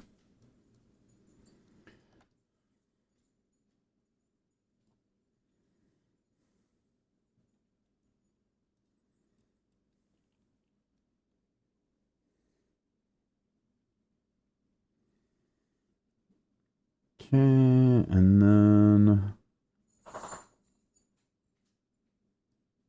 Oh, no. The only downside of playing around on the tiles layer is that it becomes very easy to accidentally grab tiles you didn't mean to. Okay, I can't remember. Is there a way for me to invert this? I just want to create a little more... I feel like there's a way to invert this. Like, I feel like I've done this before somehow. Or do I have to just legit go invert the image and then re-import it inverted?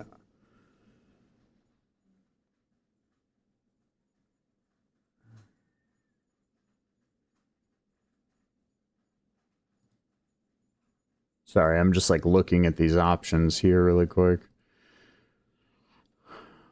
Huh. Yeah, I could have sworn there used to be a way to just invert it. Oh well. Not the end of the world. We'll be fine. Nor do I want to make everybody sit here while I take the time to go like, let me open this asset in paint.net and then let me invert it. Not the colors, but let me, you know, invert the access of it, sort of deal. Oh, and kind of unintentionally, this blanket also looks like it's kind of like thicker and downier and a little bit heavier, a little bit nicer maybe. So that's another way to kind of differentiate that that's sort of the like the sergeant's bed. I didn't even intend to do that piece. That just kind of little happy accident.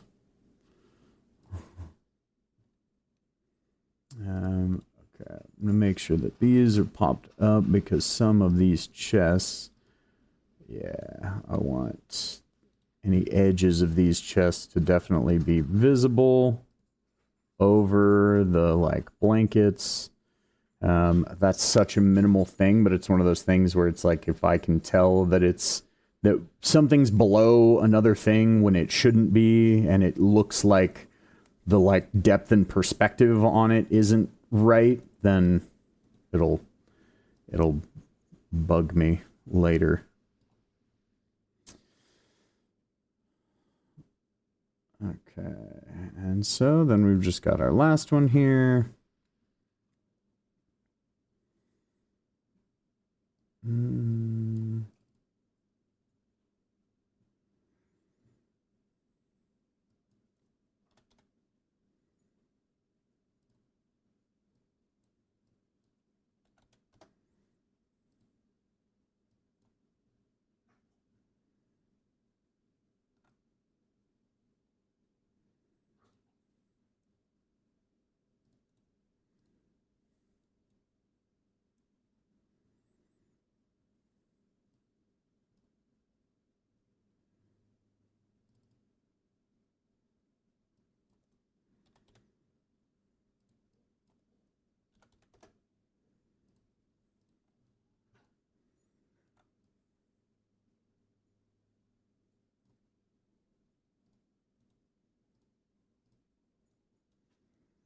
Right, and then I need a few more pillows.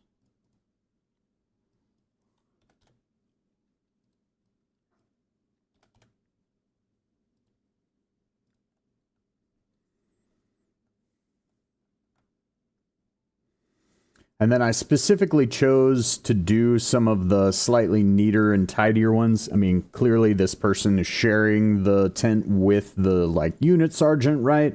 And then these are going to be the two tents that get walk past the most by, you know, the actual unit commander if he's coming to the sergeant's tent. So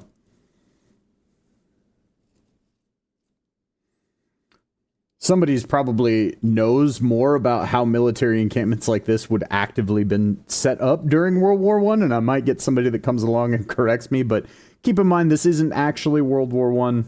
It's just the technology level and sort of some of the thematics of what's going on in this campaign setting are very heavily inspired by World War One.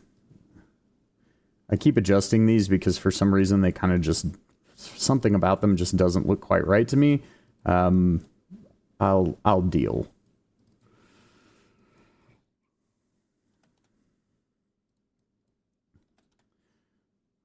Or I will eventually figure out why they don't look right, and then I will just fix it. But I should stop just like errantly moving them, probably.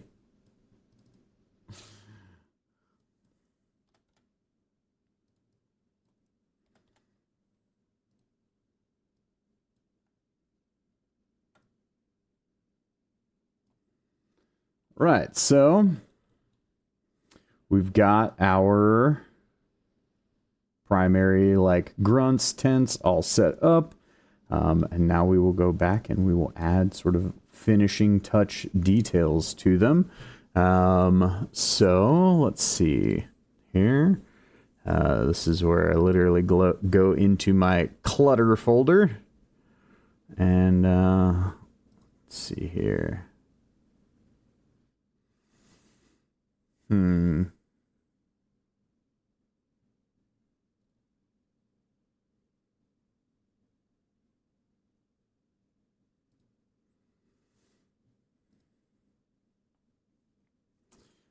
So yeah, because this is sort of a like a ranger unit, and I've kind of established that now, I definitely feel like I'm gonna have these backpacks in all of the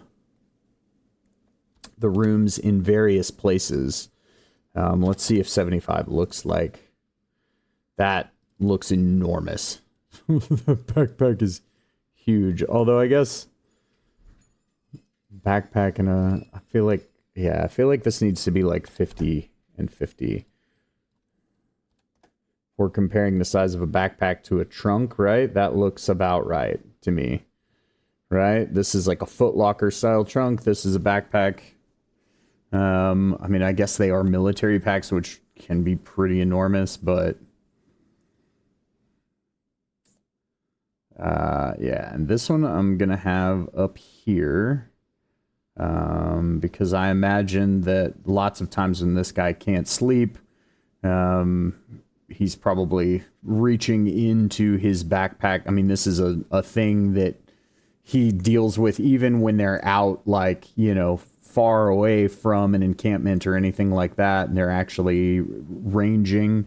And so I imagine he's got his backpack kind of here, because he's got, you know, maybe something that he reads or something like that, when he wakes up with these night terrors, and it's always very close to him in his backpack here.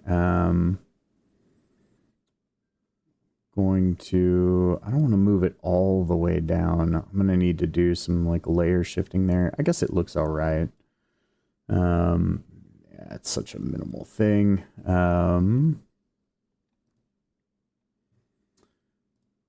Let's see. Let me go into my clutter like main folder here.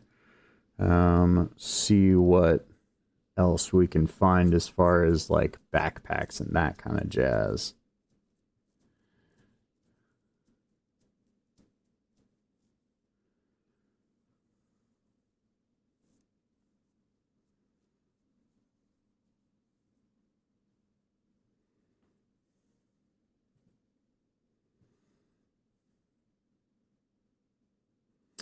Oh, maybe this is why he bunks with his buddy. I've now put this in the completely wrong folder there, but, you know, maybe he's trying to kind of hide the night terrors thing. The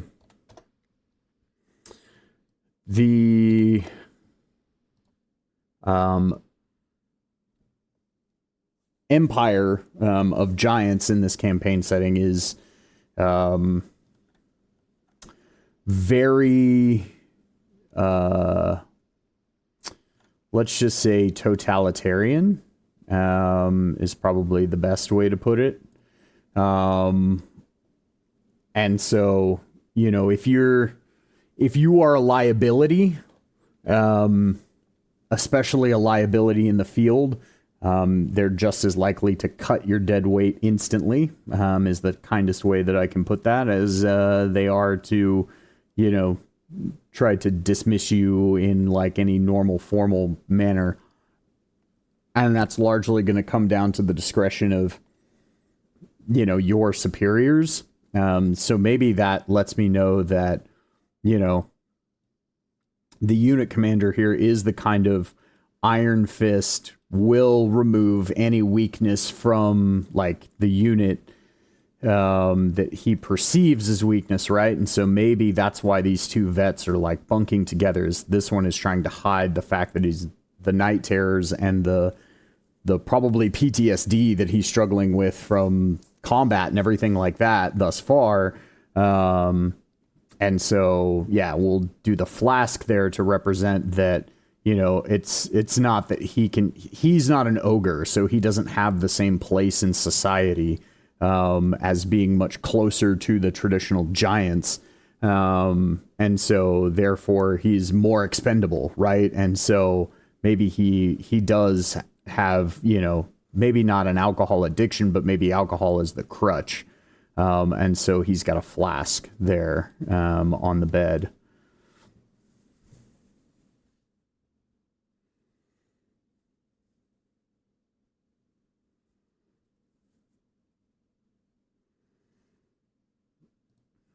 All of this because I was looking for different backpacks.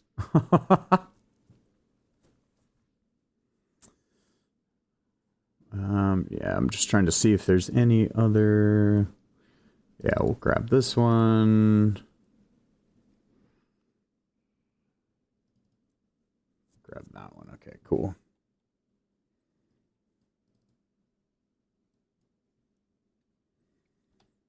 So doing the kind of reconnaissance that this kind of unit would do. I would imagine that some of their gear would be a little less like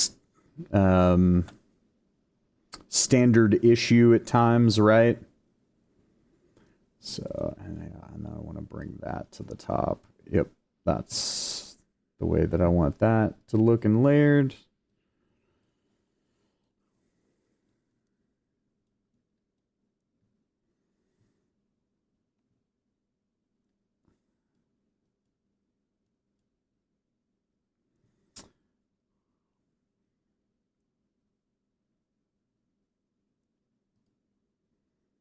And then I want to grab one of the journals. Let's see if I've got a journal that like looks more journal-y but is actually closed. Let's see here. Books and tomes. Journals. Okay, perfect. Yeah, this is what I was looking for.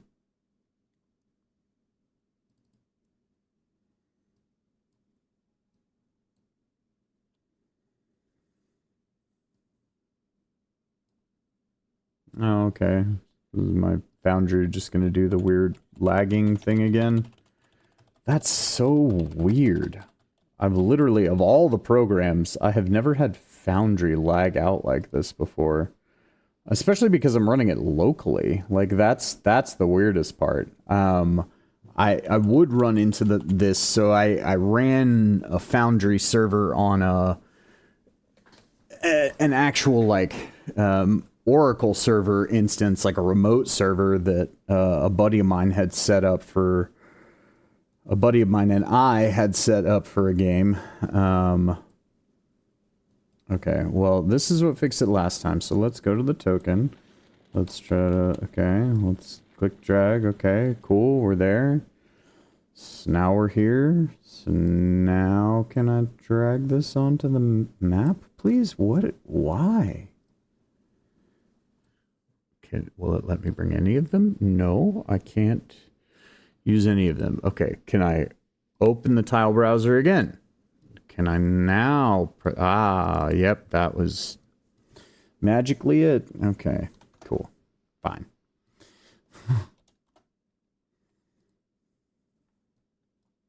Thank you, Foundry. We appreciate you. So this is going to be this guy's journal. He's going to have set there. And I imagine these guys don't really have much else in the way of personal effects. You know, these are kind of veterans. I imagine that especially if they've been a veteran of like this unit for a while, that they're very used to having to travel light. All right, so this is our like non-typical equipment guy.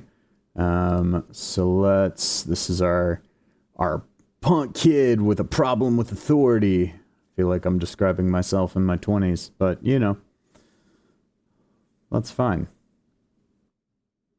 Where did, oh right, adventuring gear. I was like, where did it go? So yeah, I'll give him a green backpack.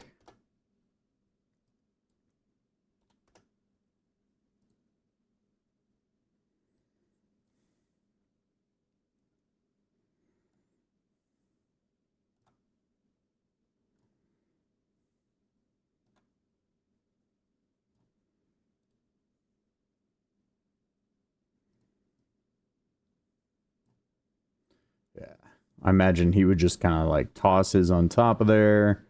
And then let's go to this because he seems like the type. Do I have a little... I don't know why. I'm suddenly now getting the idea that this dude, like... Well, no, I think I'll save that detail for somebody else. I was going to say I feel like this guy whittles, but maybe not.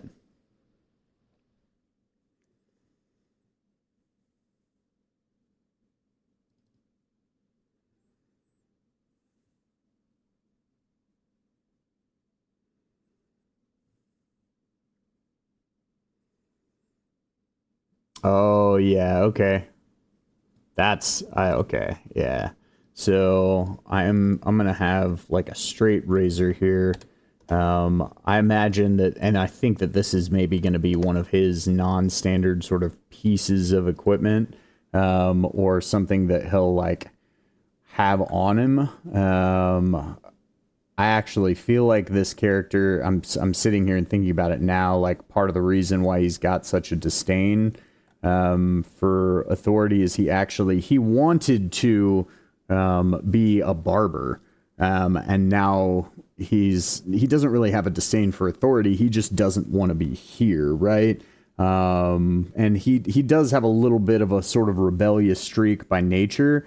But I imagine that this character would like play with. So if the party ends up spending any time like observing these NPCs, enemies, that sort of deal in the area beforehand, this character will probably be sitting there like flicking a straight razor open and closed, flipping it around like a fidget spinner. And I imagine that maybe he has like a small collection of these straight razors.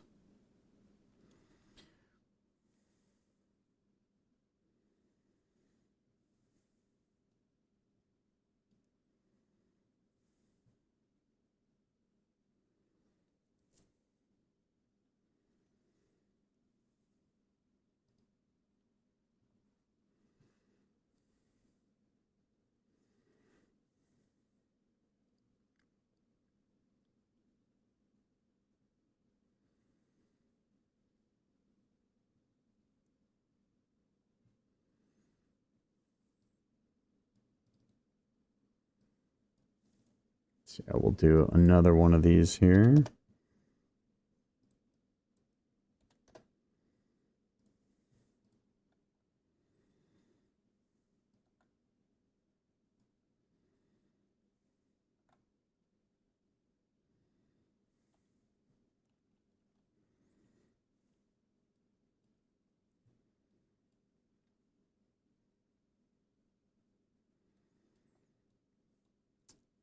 Yeah, and I also now kind of imagine that he takes his own grooming like very meticulously. So he's going to look maybe not in the standard like way that, you know, a soldier should, but he's going to be very well kept and clean cut, even though he doesn't have like a regulation hairstyle or facial hair or something like that.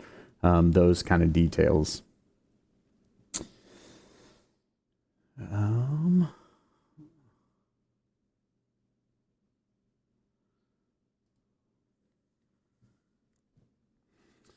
And then I'm kind of struggling with some of these others, like inspiration of what maybe all of them are isn't immediately kind of coming to mind. So I'm not going to sit here and try to force it. I'm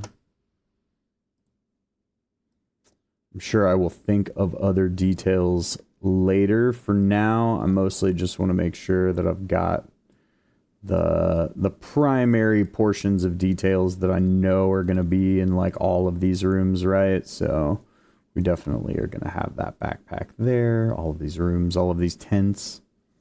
And then I can come in as I think of any more details, because some of the details of who these people are and what they're like may come to me as I'm actually like setting up the encounter and laying everything out and thinking of descriptions and that sort of stuff. And so if those do, I can always come back and I can add additional details, detail items inside of these tents. So this is going to be the sergeant. So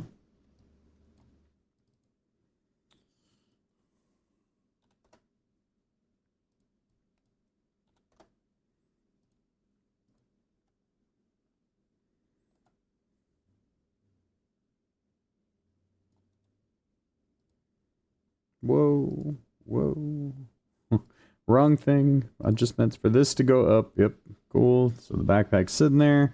And then I imagine he's going to have some kind of light here in the tent because he's got a fair amount of raiding that he needs to do. Same would be true of the the unit commander as well. So actually now while I'm thinking about that, I'm going to just very quickly displace this guy over here. And might not be lit at the moment because I am going to have him out here. But I do feel like he would have like a candle or something like that. So...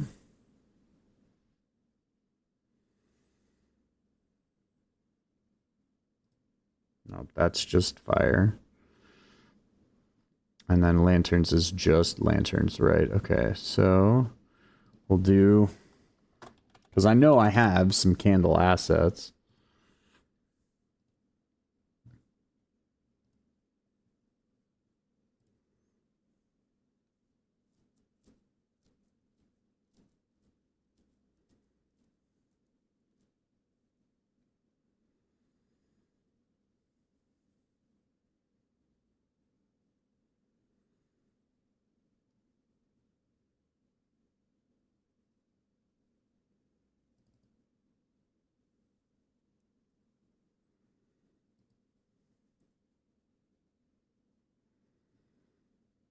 Maybe. I'm pretty sure I do.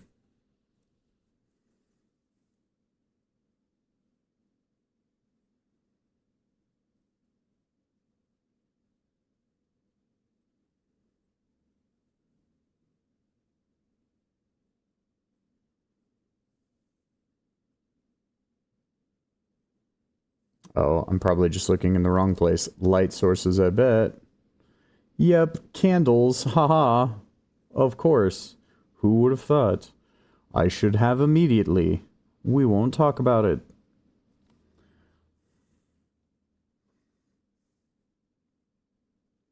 Okay, but first, yeah, he would have the candle on something, because you wouldn't just be melting wax. So, I don't want a whole candelabra, but do you have just a candlestick? Maybe? Alright, maybe it's in the candles folder. Nope. Oh, here we go. Yeah, perfect. Perfection. Okay, so... yeah, we'll do this nice shiny white boy for... it sounds terrible when I say it like that. So we'll add that there. The candle's white. That's what I mean. Let me rephrase. Okay. And then this one, I think we were dropping by half. I don't remember now. Actually, what did I set these at? Whoa. Why are you turned? You should not be. You go back here. Thank you. 150. Okay. This should... I feel like 150 on this is going to look enormous.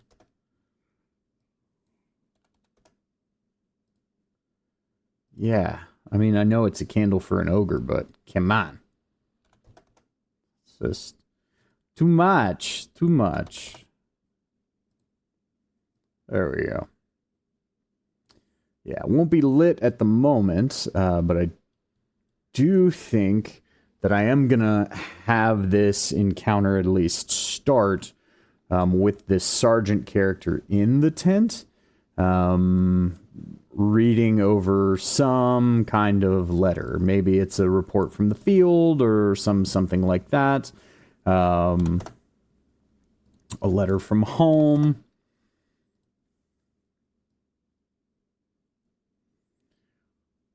Or perhaps every night he reads the letters that he's gotten from his family throughout the course of his deployment. Right, so we'll go back to our clutter. Whoa. Don't need that, thank you.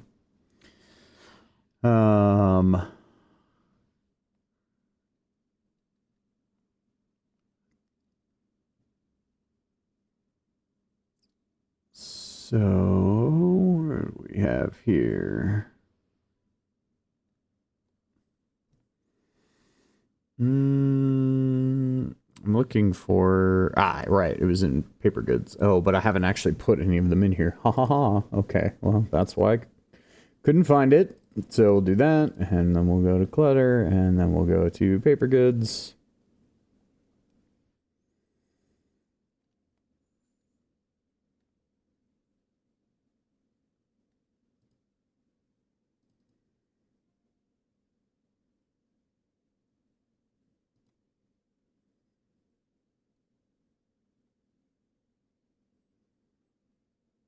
Okay, or at least I thought I was going to.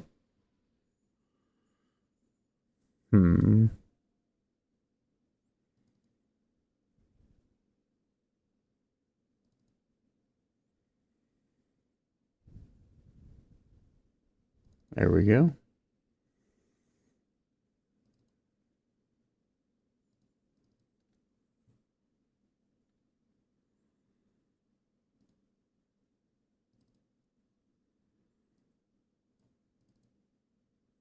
Then yeah, we're going to give him some of these letters.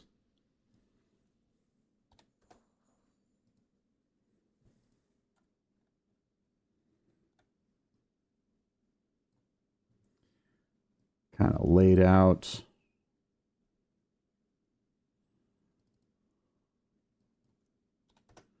On his trunk here.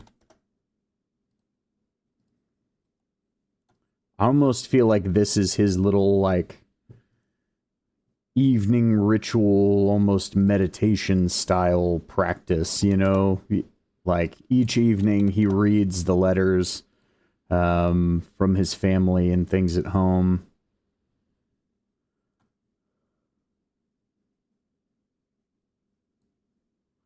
So yeah, we've got those there. And then we'll put one of these. That's the one he currently has open.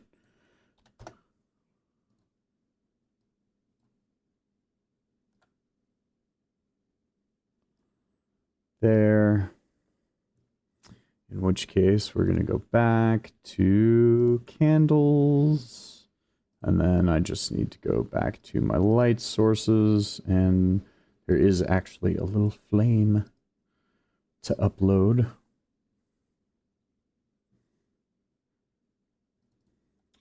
To put on the candle to represent that it's actually lit. There we go, our little candle flame, and we'll size it appropriately here.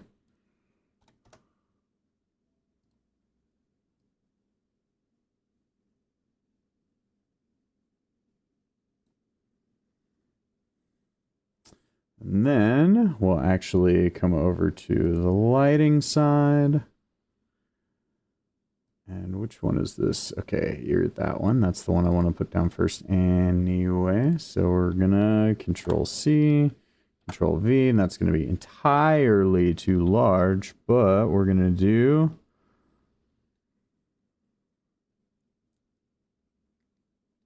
like 0.5 and 1, which is gonna feel like nothing. Oh no, it's gonna feel like it's still way too big. I may just need to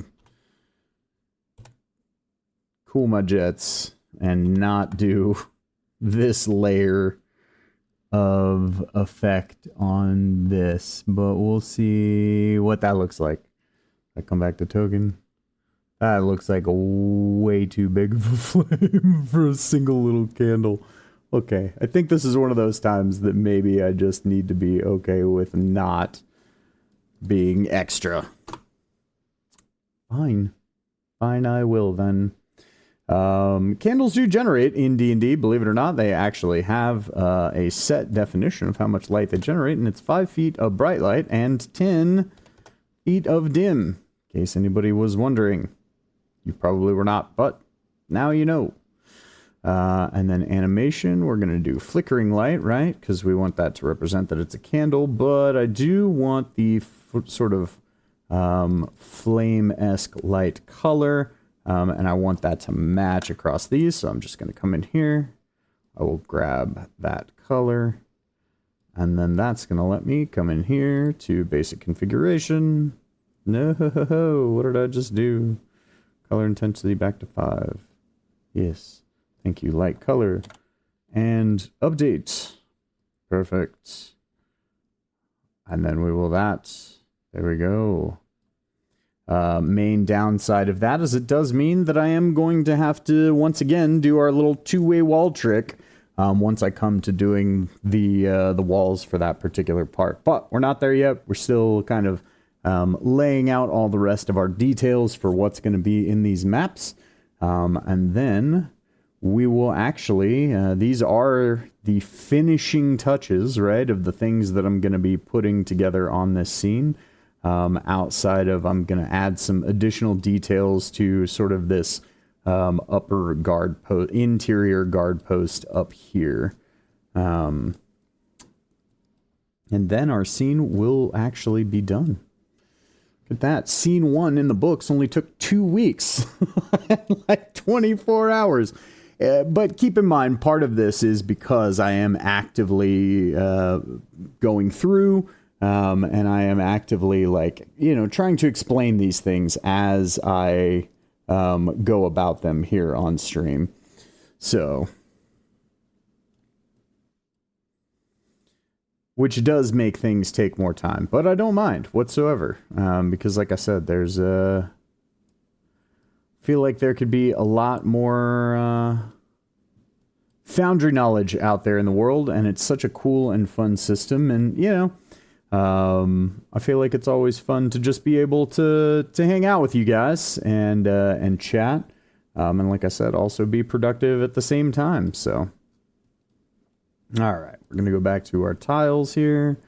So we've got that all set up, and then I have given this actually some more thought, and I think that actually it's going to be the gentleman who is bunked with our sort of rebel rouser that is in fact the barber by trade sort of deal. So I'm gonna see if I can find a little mortar and pestle sort of thing to represent like the little spot where he would put like his shaving cream. He's gonna be the one with the sort of very immaculately kept appearance all the time. And actually, our sort of rebel rouser here, the more I thought about it, right? I'm just like, all right, well, why is this person so rebellious? I mean, I feel like they were, you know, a street kid who eventually got conscripted into the military and has never really had any sense of true, like, order set for them and that sort of thing. I still want him to have that sort of like fidget spinner-esque feel, but I think that this, part of the reason why maybe his,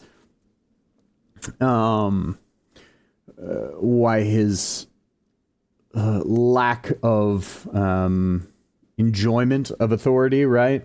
Or why his rebellious streak is tolerated is that, you know, being a kid on the streets, lots of times he probably had to break into places or steal to eat. So I'm thinking about this kind of like the urchin background, right, from D&D, or at least in 2014 D&D. And so I think that, you know, he is actually their like lockpick, so to speak, or is especially good at helping with gaining entry into locked or fortified locations. Perhaps he's even been trained to become kind of like the team's demolitions expert as well. Ooh, I like that. I like that he like is the lockpick and demo guy for the unit.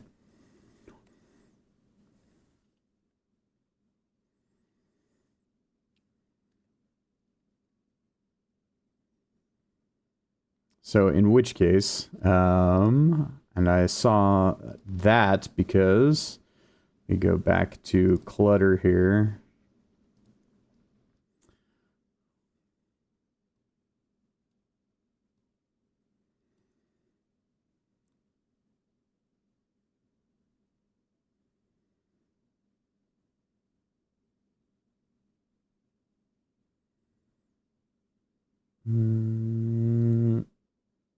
Right, one of the things, so I'm going to have to create a new folder for it. Excuse me while I caffeinate for a moment.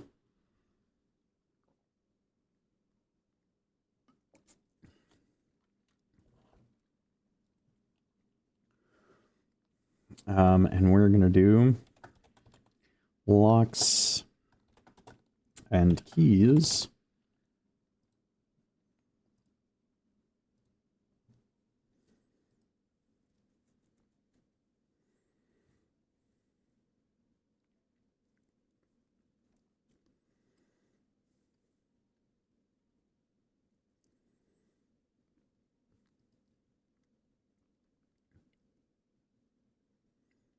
All right, so decor, clutter, locks and keys.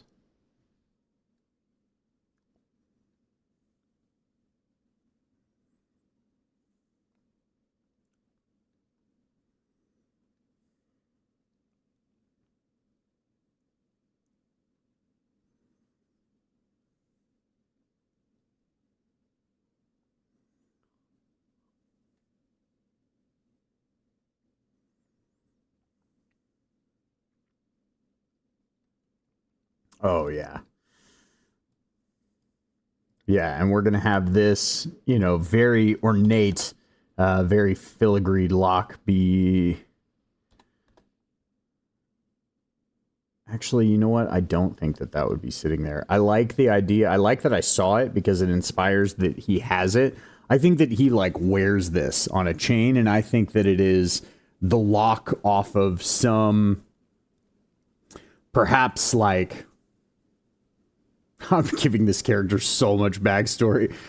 You do not need to go this deep, but it's just, you know, it's kind of the thought exercise, right? Also, of just being here. But I'm imagining, you know, I see this lock and I think about this character. I think about him being a street urchin, and I think about it. And originally I was going to have it sitting here, but I think that he would actually like wear this on a chain, which sounds very Flava Flav, but that's not what I'm going for here. I think that this is like the lock off of maybe the home, or maybe some very important, you know, chest or something like that in the home of some rich nobleman in the city where he's from that, I don't want to say like tortured him, but was very much like an antagonistic person in this kid's life. And that was like, this is the thing that he keeps as a memory, because one of the reasons that he got conscripted, perhaps, was actually because he was arrested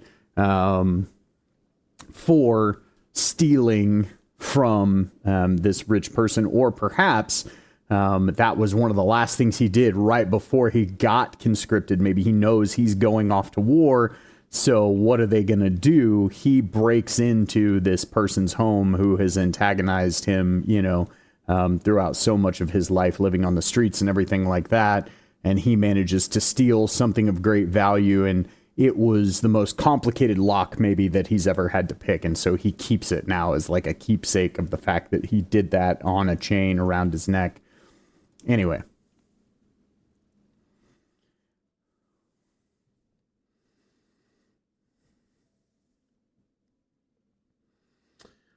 But yeah. So he is going to be wearing that. So that'll be just a detail piece that I'll add. Like I've mentioned before, I cannot draw to save my life. I wish that I could. Otherwise I would actually, or nor can I paint or do any kind of, I can't do the arts. Otherwise I would definitely do the artwork for the different NPCs and things like that, the enemies that my players are going to be facing. But I just want to have a few of these locks because I think he does kind of have a collection of various locks that he keeps with him. And that's sort of the fidget spinner-esque thing. I mean, you like, kind of like, so I'm kind of doing it as a riff off of, at least in U.S. military movies, right? There's kind of a trope of characters who will sit there and constantly like time themselves, like taking apart and putting their gun back together and cleaning it and all of that sort of stuff, like trying to get faster and faster and faster. Well, I almost imagine that this kid does that, but with like picking locks, right? Like he'll relock these locks and then see how long it takes him to actually like go through and unlock them all again. And that's like his little, I don't know, almost like fugue state exercise thing that he does to decompress, maybe.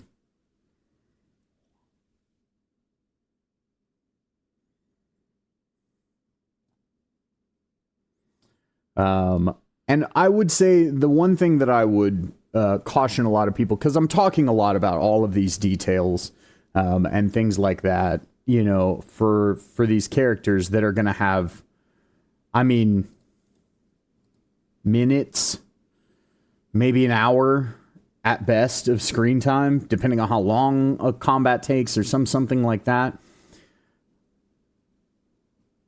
I'm talking through a lot of these things like kind of for the thought exercise, and because again, like I said, it sort of helps me flesh out the details of what to put in these scenes, and it makes them feel to me like more lived in and that sort of stuff. But that also is something that I just find rewarding to do. So the thing that I would caution when it comes to going into this level of detail is really only do it. I would recommend that you only do it if it's something that you truly enjoy, because the truth of it, and there is nothing wrong with this, is that most of these details will not be touched on one single iota in the course of play, other than like beyond when I set up the scene and set up the encounter and maybe give some little tweaks to pieces of equipment and combat stats and all of that sort of stuff. Like there is a very good chance that that is as far as it goes, unless you have incredibly detail-oriented players. So just if you're going to take the time to do all of these things and to put this much thought into it, just I would caution you so that you don't end up being disappointed through the course of play, right? When your players don't discover all those things, do it if it's a thing that you enjoy for you.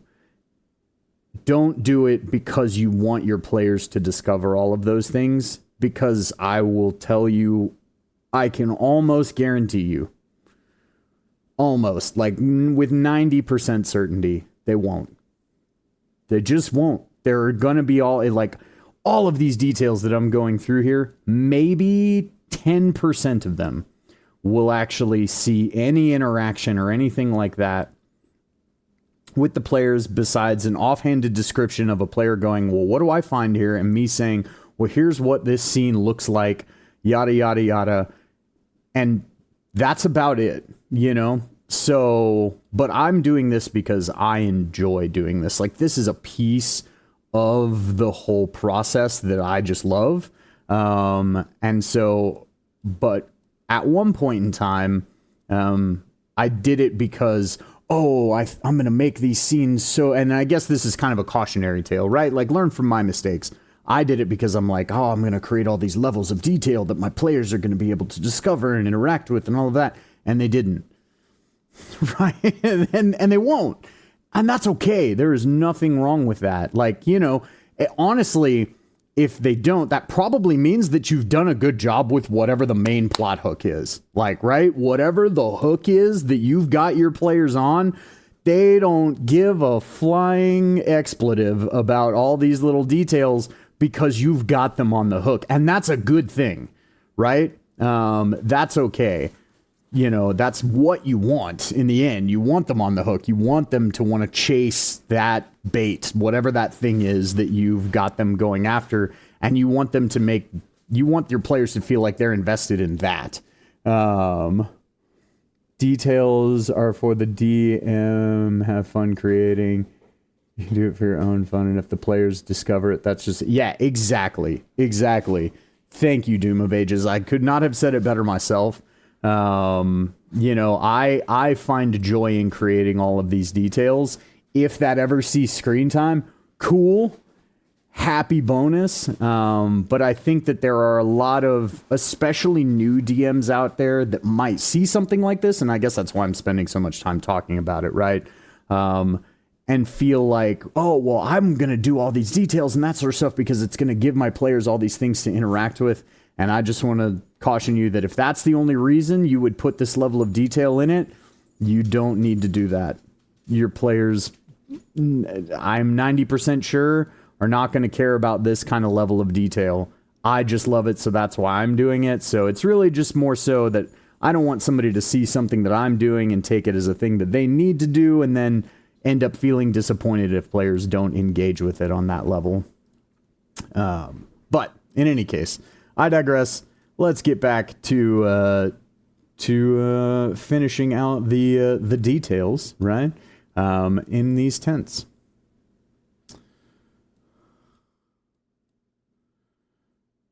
Yeah, and would not have a key. Do I have a lockpick set somewhere in my assets here? Because I would like to have like a lockpick set laid out here too, because that is actually something, that's a detail that if players went in here, it's like, oh, well, they can at least take the set of lockpicks, right? That's something that they can actually potentially use. I'm going to put it in adventuring gear if I've got it. Let's see. I've got lots of keys. I wonder what this asset set would classify that as. Hourglasses, magnifying glasses, spy glasses. There's nobody on a ship, so I guess we don't need that. Yeah,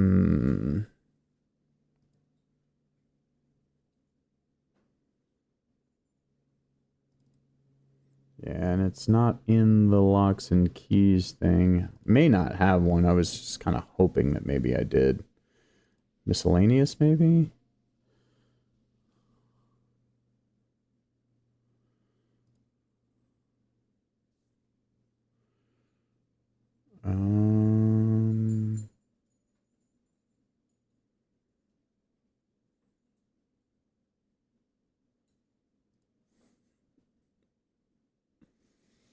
It's so funny because this assets pack that I purchased came with some depreciated assets that are not really part of the collection they sell anymore.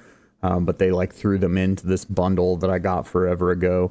And they're all labeled as like old whatever the thing was. And so one of the things that I just keep seeing that keeps making me chuckle is one of the categories is old food. It's like, oh, gross. Okay, so it doesn't look like I've got a lockpick set there, but that's just a thing that I can say that they find in the person's backpack. It's just if I could have had one out on the chest, I felt like that would have been cool, but the locks will suffice. So let's get one of our backpacks out here because we know we want that.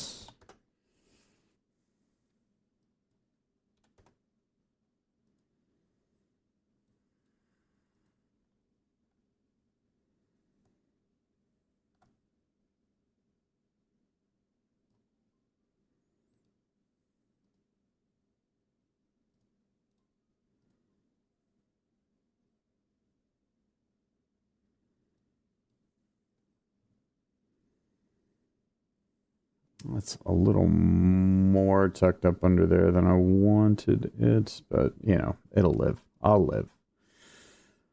I do feel like the other person who's bunked down in here with our sergeant, though, is going to be somebody who's a little on the older side. And I saw some, as I was flipping through all these assets, I saw some cool, where was it?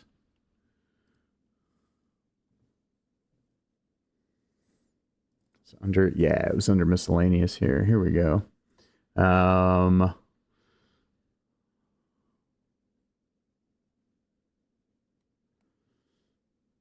So I imagine that this is an older soldier not a veteran, a newer conscript, but he wears reading glasses and smokes a pipe. So I'm going to put those in here on his trunk.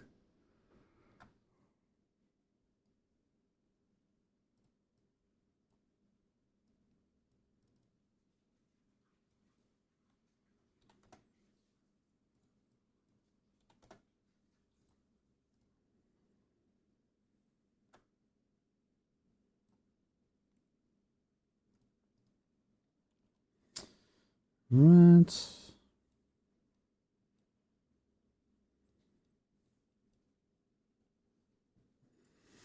And then we've got our final one. So we know that one of these is a newer conscript, one of these is a vet. So let's look through some of what we've got going on in our assets here. Oh, you know what? Yeah, I like this idea. I think that our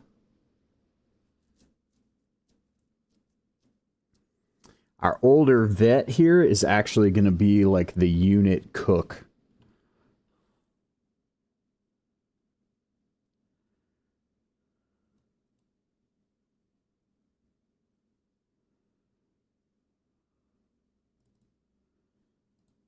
So I'm going to put some of these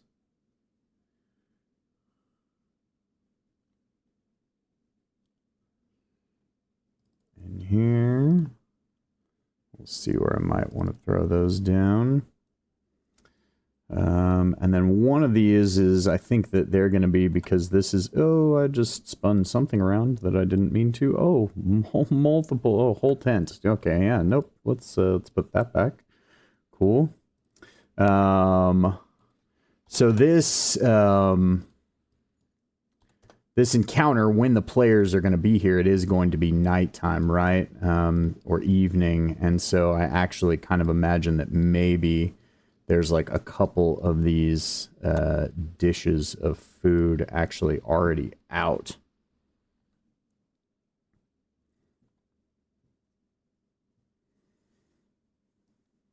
So even though that isn't a detail that is...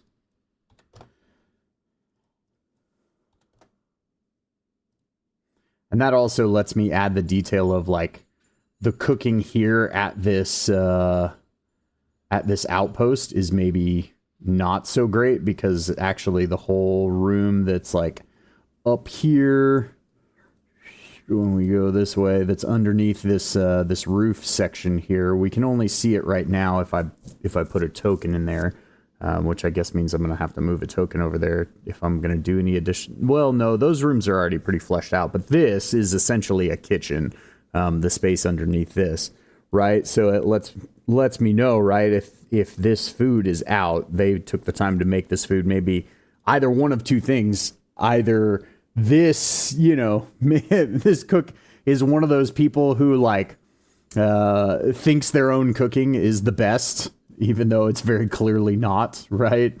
And so he took the time to like make his food, even though there was food there for them to get.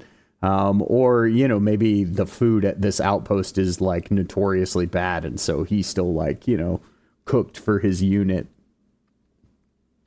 while they were here this evening.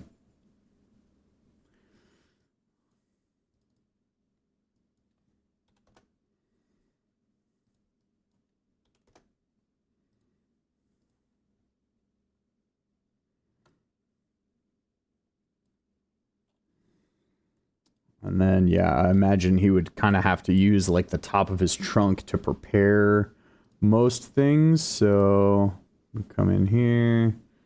Let's see what other kitchenware we've got in here. Let's see if... Yeah, cutlery. Here we go.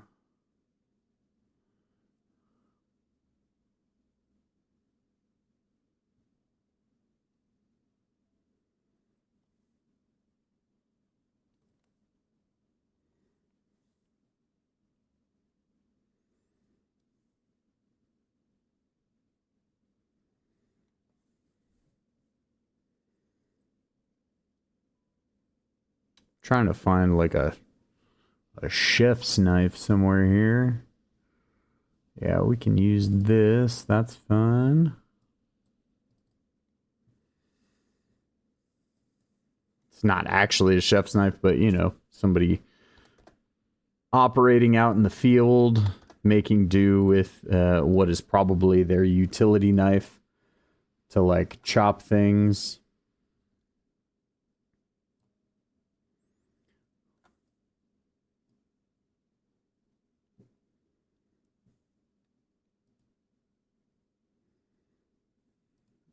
And let's go to food. Actually, I think I have a bunch in here.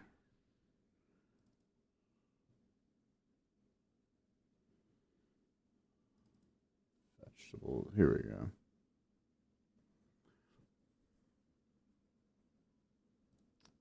Yeah, I guess I should put that in the right folder for that. Otherwise, I will regret its disorganization later.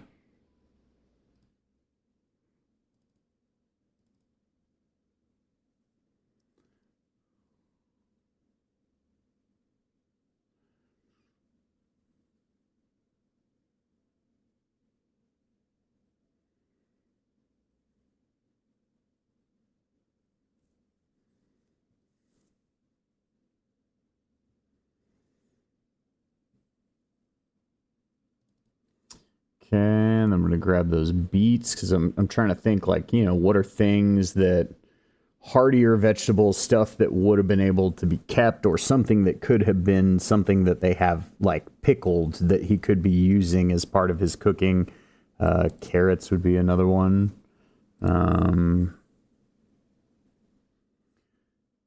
Because yeah, I think we'll just do those two. I don't need to have some huge abundance of stuff here. And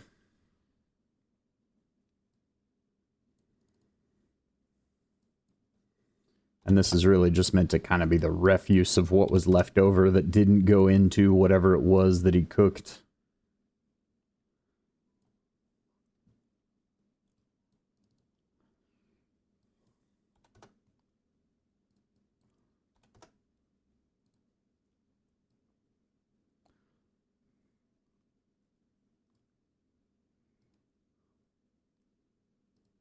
Yeah, and then let's grab that.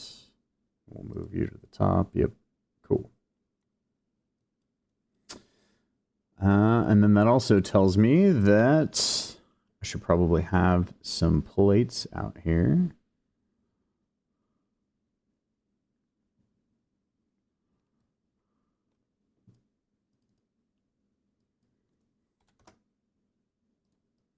For those that were actually eating.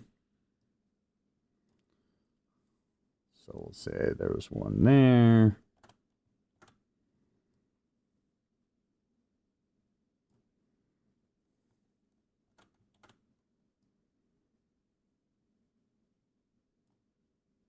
Cool.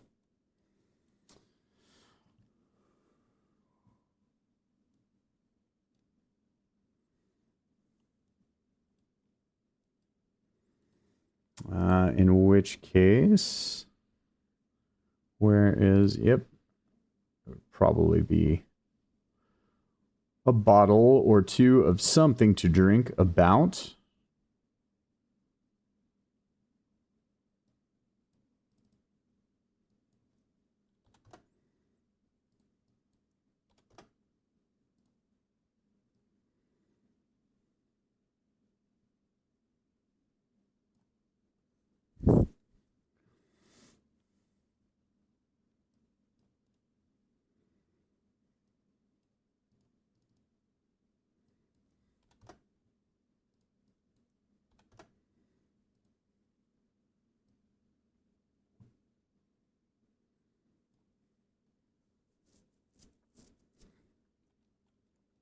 Cool.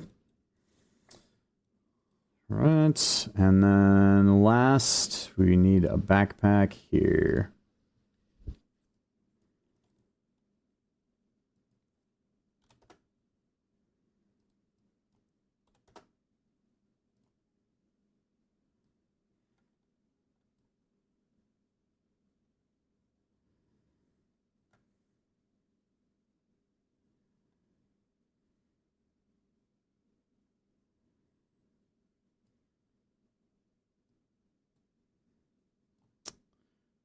we'll have this one by their bed. Move that. Nope, not that one. This one. So that I can grab that and bring it up. And then up.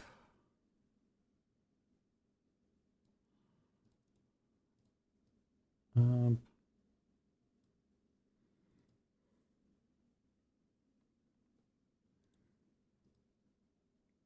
Go.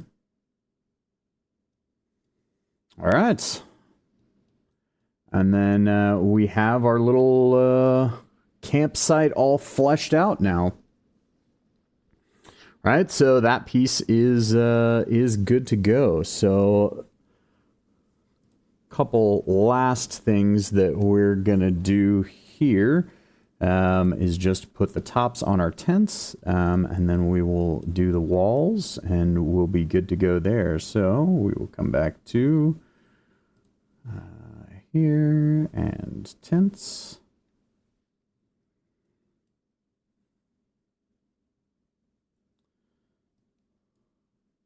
And then again, now having to remember what I resized these to. Did I go all the way down to 200? 200?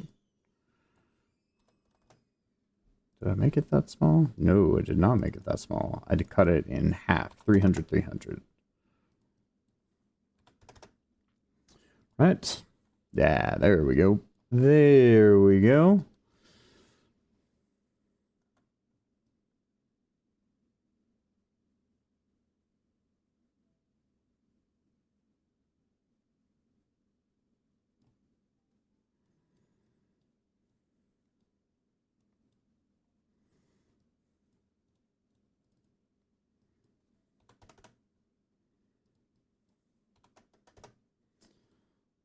So resize that guy, and then we'll overlay it here.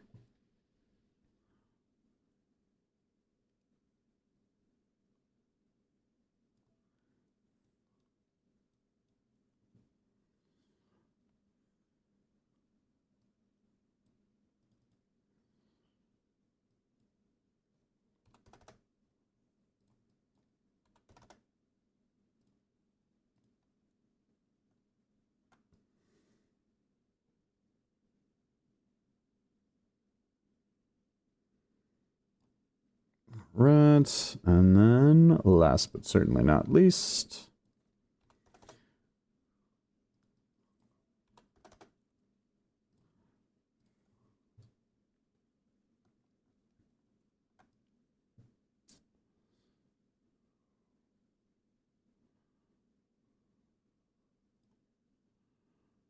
right, and then height-wise, these types of tents are very short. Typically, I mean, this is the kind of tent that I was talking about that I constantly have to duck to walk into. So I'm actually only going to set the top height at about 5 feet in height, because I also want it to be something that the players, unless they're, you know, small, unless we've got like a halfling or a goblin or something like that, are going to have to duck, or you like squeeze is the appropriate D&D term for it, right? Which essentially is just a fancy way to say that it's going to cost them double movement to move inside the tents, right? So it's like I want the tents here to create the breakup of like lines of sight and things like that, and to have a way for players to be able to kind of like, you know, duck behind a tent to provide some like soft cover sort of deal or something like that, or for enemies to be able to do so against the players. But essentially I don't want people like, you know, I'm not trying to create a situation where you're like basically cheesing in and out of line of sight of enemies through jumping in and out of these like tents, right? They're meant to be here to be cool and not to be exploited. So by utilizing the squeezing rules with that, it helps defeat that some. These larger tents are technically something that they could kind of do that with, but these are also big enough that if we're talking about enemies that aren't also very big, they would be able to just very easily follow them in there, and then it's a situation of they're not stuck in there with you, you're stuck in there with them. So, in any case.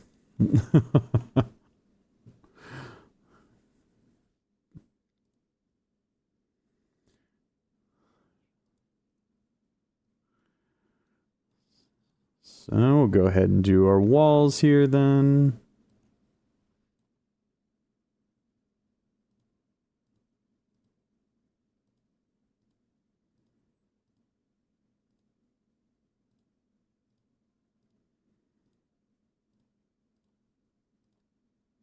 And again, we're using terrain walls, largely because if you're not familiar with terrain walls, it actually takes 2 layers of the wall to fully like occlude items behind it, right? So the goal that we were going for here with that is the reason why we're utilizing it is because I want players to still be able to see that the thing blocking their vision is the tent, but I want everything behind the tent to block that line of sight. So, and that will do that automatically for us in Foundry.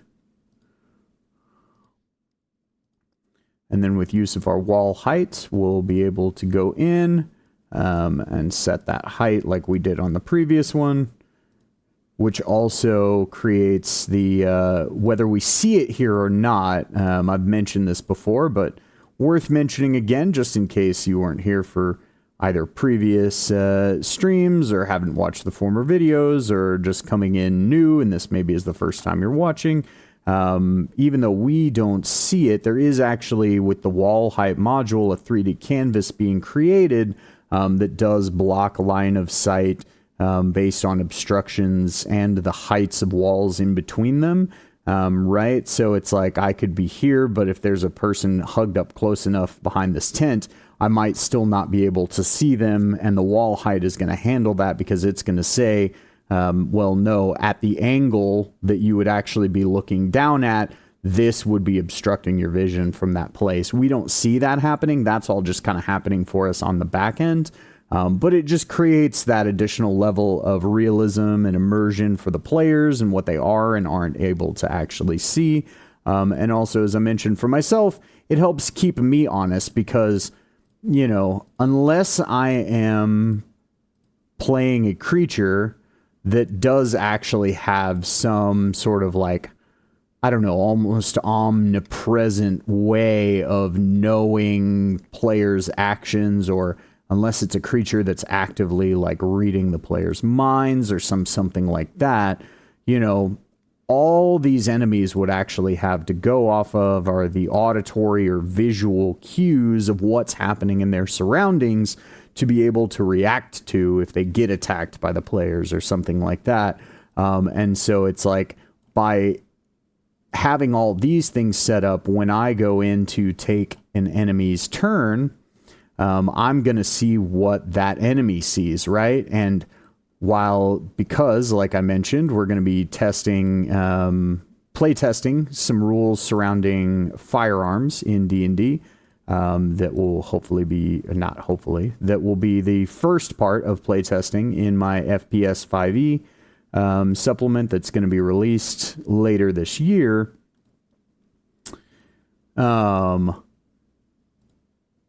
You know, the sound of a firearm going off is incredibly loud, and so an enemy is going to be alerted to that there are enemies in this direction, but they might not be able to see exactly where they are, right? But they know that they're there, and so that's going to change where they have to then move to be able to try to get line of sight to that spot if that is their intended goal in that moment. So again, it's just also sort of a keeping me honest and not allowing me to do things with enemies that they wouldn't actually be able to do. So it serves a dual purpose. And then all these walls for us are going to be the same 5-foot height. So we're going to be able to just snag up all these boys. So I'll just hold shift and click drag here, and I missed that corner. We'll grab that really quick. And then good old wiki mass edit, shift E, and then wall height top 5 feet. Ta-da. Bam. So that has been set for us. Now the other thing that we do need to do here, and we only have to worry about it on the one, we do have a light source inside this tent. So similar to like we did on our general's tent over here, right? To block the light source coming out of the tent, except in this opening. That was a happy accident. Very happy accident how perfectly that happened. But it was the goal that I was intending to go for. I just thought I was going to have to do more work than I had to get it. But yeah, so we were very happy about that, but we want to do the same thing with our tent over here. So we'll deselect everything. And we know that the light source is inside this tent here. So I will just reselect these guys.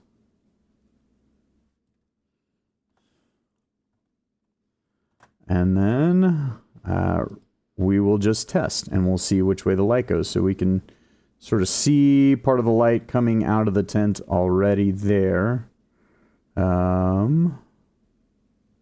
So the thing that we will want to do is we'll have to do left, right. So restriction direction, we'll try left first. No. And then we'll apply. All right. Think that may be the one that we wanted. Let's look at it the other way and double check.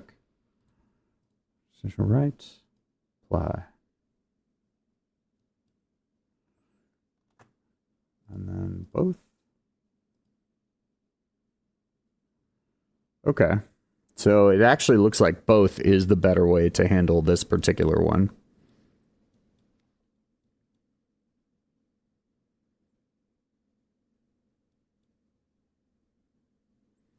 All right.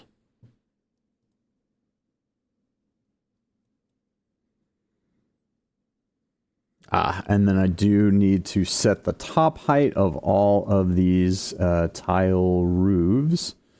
So, but that I can, same thing. We can just grab those and then Shift E, wiki mass edit. We'll go to levels. Oh, I already set it. Did I set it on all of them? We're going to set this just in case, and we're going to apply. Okay, cool. So now the top height on all is 5. I think I set it on the first one maybe, and I don't know if I went back and I set it on all of them. But just to double check, that's an easy way to do it. It's another reason why I use the wiki mass edit module, because you can go in, select numerous things all at once, right? And if I were to just do this by double clicking after I had them all selected, it would update every aspect of every single one of these to match everything that I had set in all of the windows, right? But by using wiki mass edit, it actually creates an independent variable for each one that you can choose. This is why we have the checkbox here, right? You can choose which aspects of it to move or change and which ones not to. So that way I can strictly edit the top height of all of these without adjusting any of their other factors, their verticality, their size, their angle, any of that. So, all right. And our little camp space over here is done, minus me putting the roof back on this, clearly. So that's ready to go for our players. And just as kind of a, oh, no, we're gonna, oh, and does this not have a top height set? Okay, it does have a top height set. Okay, cool. Cool. We are gonna move this guy up though, so that way that candle is not just floating above the tent there. And then for those of you guys who may not be familiar, we'll go ahead and put this roof back on here, right? So the reason why you can kind of see through this one right now is I actually have the visibility state of this top piece. Sorry, I'm just trying to make sure it's lined up properly. Yeah, toggled off. So if I right click, I can toggle that back on, and then we see that. And so even though here, just mentioning this again, when I see the transparent image, if a player is coming in here, they will actually not see this top piece anymore at all, right? They won't just see the transparency like I see. They will literally just see the bottom part that's underneath it. And so that's going to allow me to create the situation where if a player walks into one of the tents, they can do that. So the last thing that I'll need to set up is a command that is going to allow them to enter or exit the tents, because I do have a... Now you can handle this in one of two ways, right? So I'm going to show you the way that I am going to do it, so that way I don't have to worry about manually doing this for my players in the moment, because essentially that's what it's going to require, I believe. And the reason why I say I believe, so I'll touch on this piece first. So there is an option over here on this token control, this unconstrained by movement. I don't know whether on Foundry 13, because this is my first time utilizing V13, right? So there are aspects of V13 that I'm learning as I'm doing these live streams and stuff, right? And so I don't know whether players are going to have this option or not, this unconstrained movement. But if they do, then in theory, what I'm about to do is unnecessary, because you could just tell them, okay, you can turn on unconstrained movement, and then you'll be able to move through that wall, right? If they don't have that option though, what'll end up happening is if they want to enter a tent, because I've created this wall there, they're going to try to go that way, right? And it's going to basically tell them no, right? So you can see I'm attempting to drag, and it says, I'm sorry, you cannot enter the no square. Because there's a wall there, right? Well, if they have that unconstrained movement option, then they're fine. You can just say, okay, toggle on unconstrained movement, go inside, and then toggle it back off again. Right? And then the player can do that.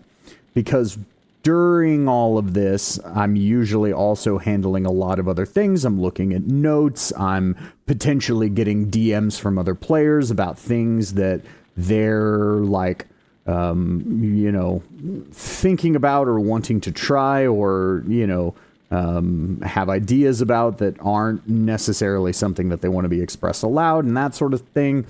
So I want to have the freedom to have as much of my time and faculties and that sort of stuff freed up as possible, for the sake of expedience, especially if this is something that I'm going to be running on stream, right? And if this is just your home game, this might not be as much of a concern for you. This is still how I handle my home games, like my private games. But that doesn't mean that you have to, right? But if they don't have the unconstrained movement option here, right, then because it's not going to let them through, I'm going to do the following. So we're going to go back to our regions layer. So, right, we have all the different regions set to automatically adjust our token's height as they move around our map. We've got our teleport set up to go up and down this ladder over here. So similar to this teleport that I have for up and down the ladder, or the teleport from here to here, right? I'm going to set up ones on the entrances and exits of these tents that are essentially just going to be enter and exit regions for these tents, right? And then that's a thing that it'll allow Foundry to handle for me automatically. I'll set the ask thing so that way when a player moves in, it'll ask them, do you want to enter the tent? Yes, no, that sort of deal. And they'll be able to just make the choice from there. So that does mean we're going to have to create some new regions. Thankfully, I don't need to draw super precise stuff like I do with certain, like, trying to have these tiered stones and stuff here. So this is one of those good enough is good enough kind of situations. So I'm just going to do that, right? I'll grab my selector here. I'll select that. I'm going to turn the angle of it ever so slightly. I don't know why the tagger is repeating itself over and over and over. That's a little bit concerning. Hopefully that'll just go away in a moment. But yeah, so we're turning that. I'm going to general's tent entrance. So what I'm going to call this one. We've already got our shape assigned, so we don't need to do anything else there. And then behaviors, we're going to do teleport token, create behavior, and then we're going to enter tent is the name of the behavior, right? And then I'm just going to go ahead and update, and then I'm going to update, right? So the next thing that I need to do is create the corresponding teleport on the inside. So I just want to double check my wall. I want to see where this bound ends. So it ends there, right? So I know that I can create the internal teleport anywhere past there, and I don't have to worry about a player still getting stuck somehow outside the wall. So in that case, we will go back to our region. I'm going to grab this again. We will, bam, that. We'll once again grab our selector. I'm just going to go ahead and angle this. Again, I don't know why it's multiplying that thing over and over and over, but you know, we'll just let it do its thing. It doesn't seem to be negatively impacting anything, so. And we're going to be generals tent internal.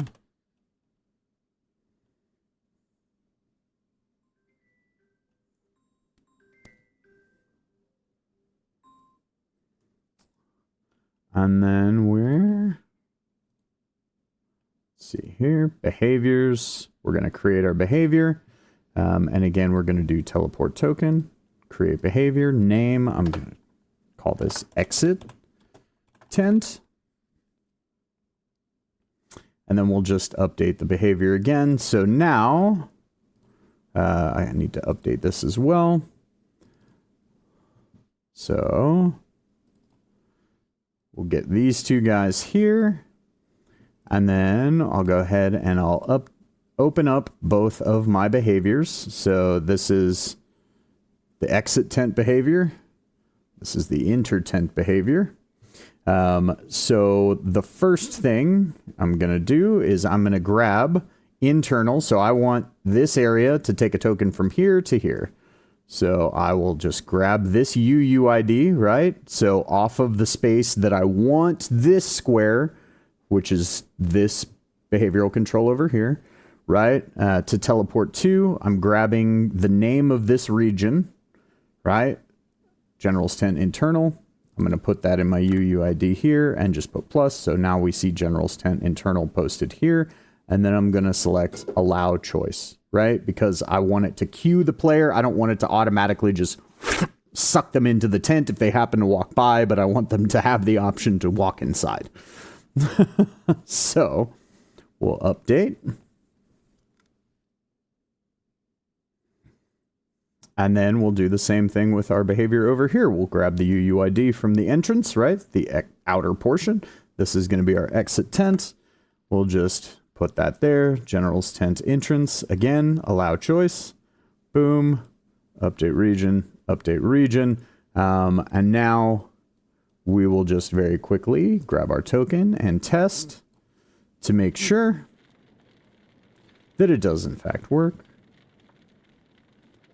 And we'll move right there. Bam. Do you want to teleport player character to General's tent internal in the first assault? First assault is just the name of this scene. So bam. The answer is yes. And that's where I, as the DM, would be queued to come here to my tiles layer and go bam. And now my player would be able to see the entirety of the inside of the tent, right? And then same thing back on the token layer.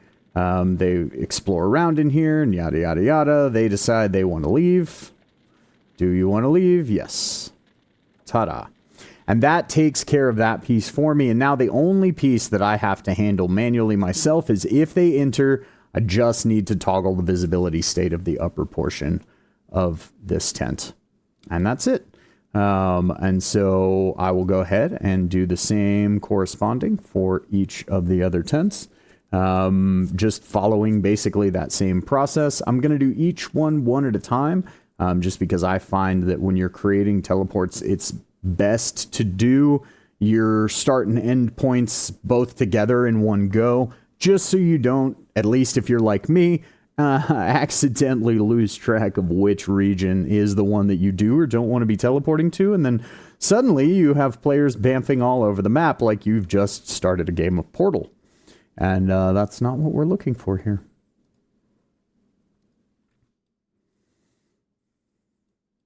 Oh, yes. So the other thing that I am going to set for these regions, I didn't think about this before, is I am going to, on the identity layer, right, elevation, top, and bottom. So the truth is I don't want anybody who's flying to higher than this tent's height to be able to go inside. So we know roughly this tent is 25 feet, right? So I'm going to put top height 25 here for this region, and then I'm going to do the same thing on the entrance level, top height of 25. So essentially anything above 25, not that because this is going to be so early on in the campaign that anybody will be flying, but this is one of those practices that I just always try to be in the habit of doing, because players being able to fly will sneak up on you in ways that you don't expect during the course of a campaign, be it through leveling or through equipment that you gave out that you didn't realize did things, or giving them equipment choices, or whatever the case may be, right? I just want to have, or somebody just plays an owlin. Sometimes that's just what's happening. And so in any case, because I have had a lot of campaigns where I have had players with the capability to fly, I always try to make those top heights % because I don't want somebody flying way up here at like 50 feet to get grabbed by this teleporter and go, hey, you want to go inside the tent, when they were just trying to like fly across over here.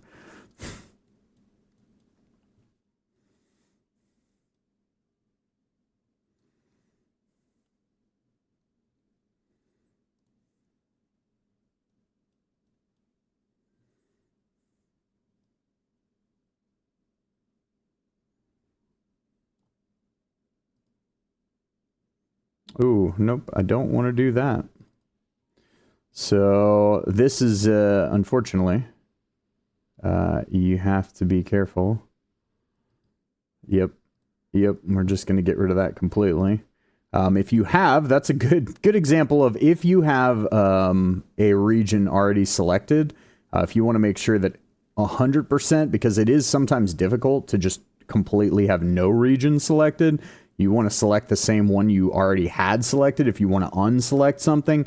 If you don't always remember and it feels like you can't unselect a region for any region, for any region? Region for any region. How many times can I say region in a sentence? Goodness. Region for any reason. You can just click off of the tab completely, and when you come back to it, all of your regions will be unselected.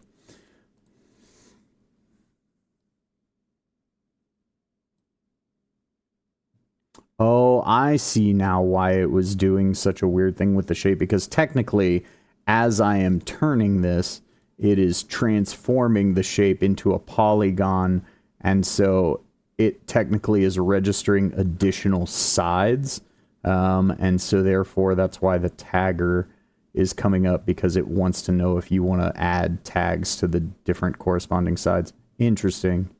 Okay, because yeah, shapes now it says polygon, even though this was a rectangle.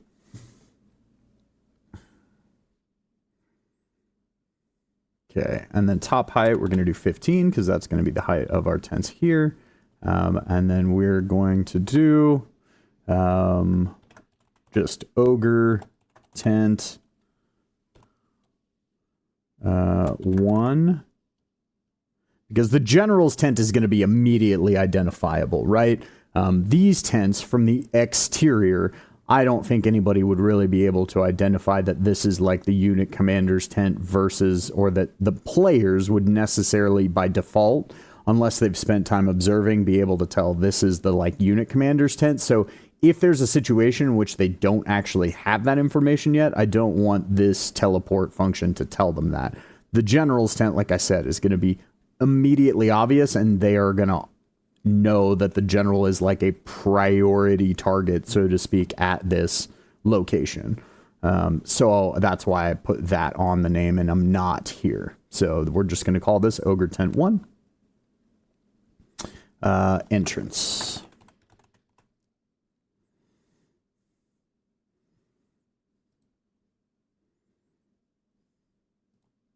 And then we'll update. And then we'll go ahead and do our behavior. And we're going to teleport token, create behavior. I'll go ahead and tag allow choice, and we're going to do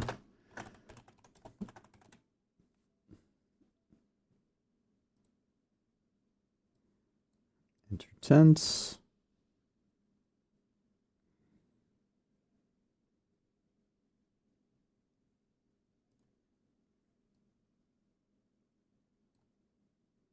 I did not want to do that. Hiya. Hiya. Yes, I'm sure. All right, so yeah, extra shape gone. So now we're going to unselect that and do a whole new one. Okay. And then region Ogre Tent 1 internal. Again, top height 15 feet.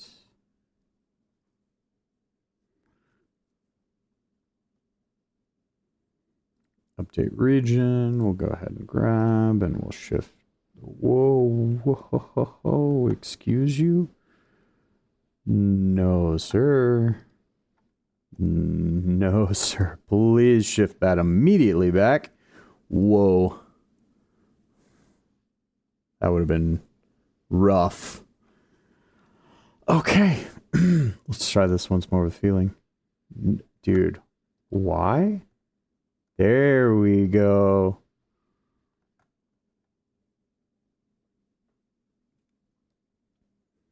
Okay. This is killing me here. Okay, let's get that back into place where it needs to be. Are we good? Crazy. Okay.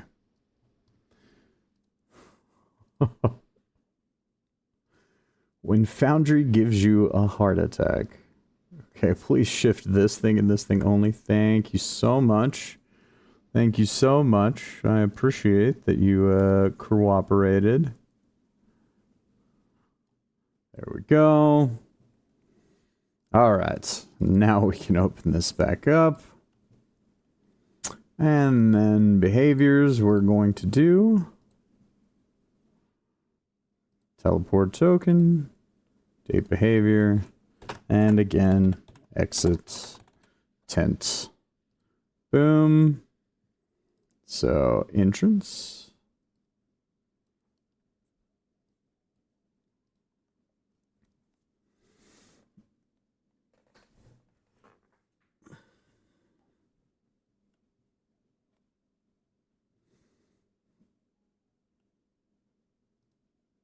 The behaviors, enter tent. So we'll, oh, not what I meant to do. All right, there we go. Enter tent. Let's get this guy open. This is the UUID we want here. Update, update. Nope, that is not what I'm selecting. There we go. It does not like that region for some reason specifically, weirdly enough. Okay. We'll grab this UUID. That can go here. Nope, that's not the one that I wanted. Take that one off. Yep, this is the one that I want. There we go.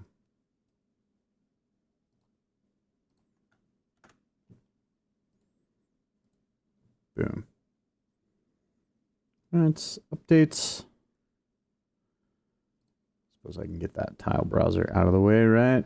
We'll slide this guy back over here for a second. Just grab our token, give it a quick test.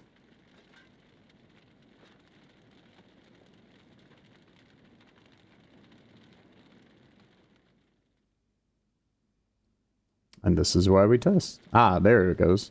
Okay. Yes. Alright, and then...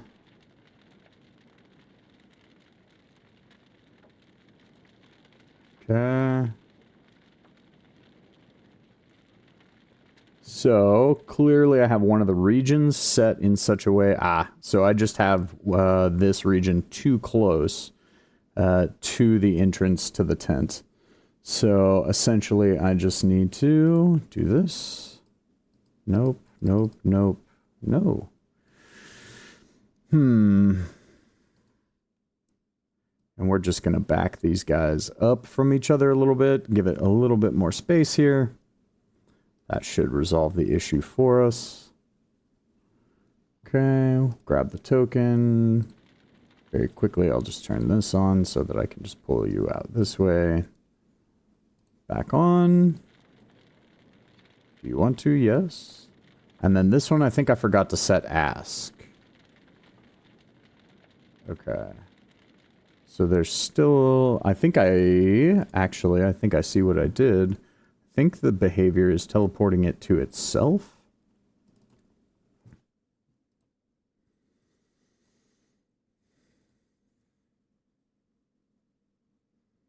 No. It's definitely teleporting it to the other one. It's just not teleporting it far enough out. Okay. We can try setting it further away. Nope. Please select. Nope.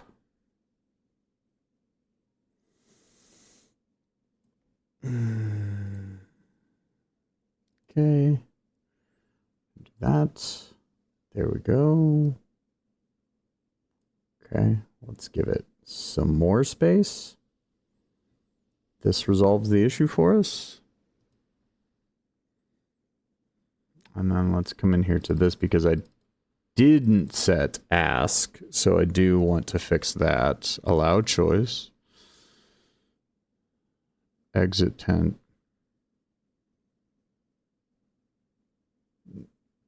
But this is what okay. And then where is this one teleporting to? Right, okay. Right, so it is, by a second ago, it showed the other one. Alrighty.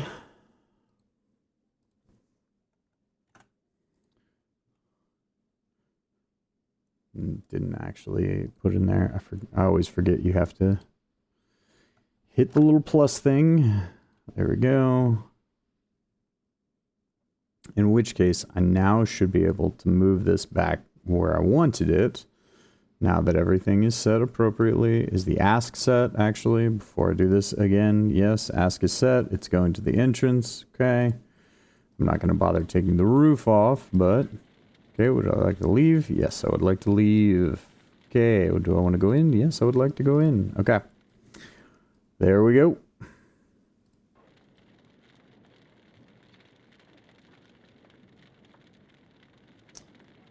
Right.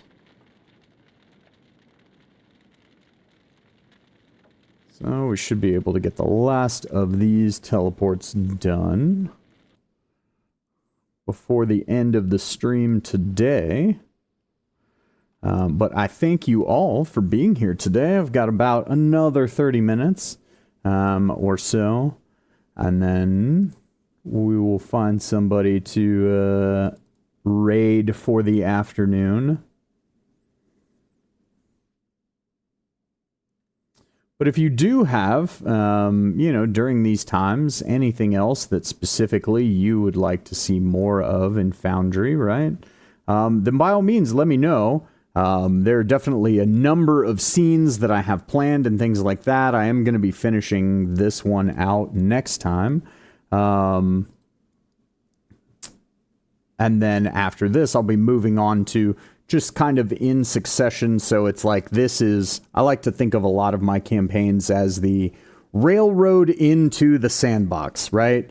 So this map that we're working on right now is the one that the players will have no choice but to go to. Like, the campaign essentially will be starting here with them performing reconnaissance and attacking this fortification. Long story short, end of story, right? But immediately following this is when the map will open up and they will have the freedom to choose what, like, targets and things in the region that they want to focus on and go towards and all of that sort of stuff. So I'm just going to kind of work through all of the different maps that will be sort of the next layer, right? Beyond this initial spot, the next places they'll be able to go, as well as working on maps for like random encounters if they end up encountering those throughout the desert and things like that. So those will be the kind of maps that I'll be working on next. And there's a number of different ones. So if there's any specific aspects of Foundry that people want me to focus on, or things like that, there are definitely those that I can find that will suit that. So please feel free to give that feedback. I'm always happy to hear what people want to see. So we'll do Ogre Tint 2 entrance. Update. That one can basically stay just like it is. Thankfully, I don't have to do any weird turning. We'll go ahead and add its behavior, which is going to be a teleport token. And just enter tent. Boom. Go ahead and off that guy, deselect. And then we'll do a new one on the inside. I can shift that. I want to move that down just a little. There we go. And then we're going to do Ogre Tent to internal.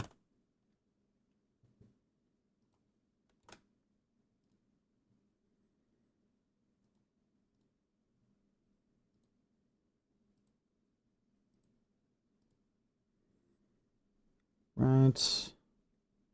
And then updates. And then we'll keep this one on this side. We'll keep this one on this side since those are the sides that they're on. And then we'll go ahead and open up our behaviors. So this is our enter tent. This is our exit tent. Don't need that extra N. You can go away now. Thank you. Destination will be here. Update that. Allow choice. Ta-da. And then same thing on this side. Grab and add and allow. Oh my. Why am I doubting some reason? Okay, no. Everything is right. Yep. And because thoroughness dictates I must, we test, and this time we got it right first go. Alright, cool.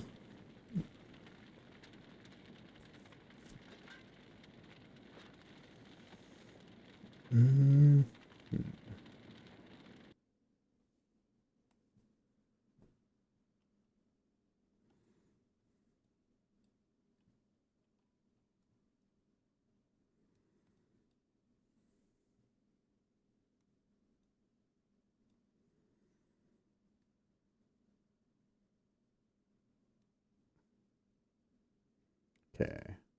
So just for the sake of not having to like twist things around, I'm actually just going to do this for these regions.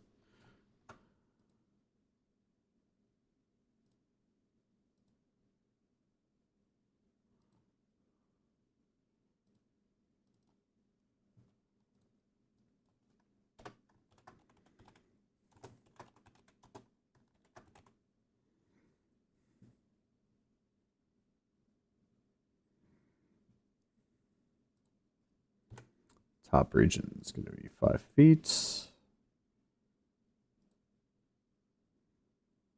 Thanks. And then I'll go ahead.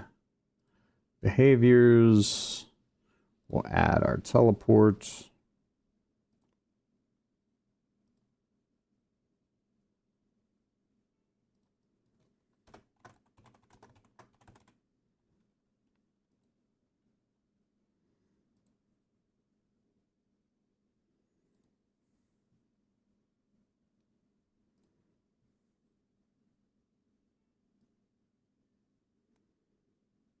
Must you?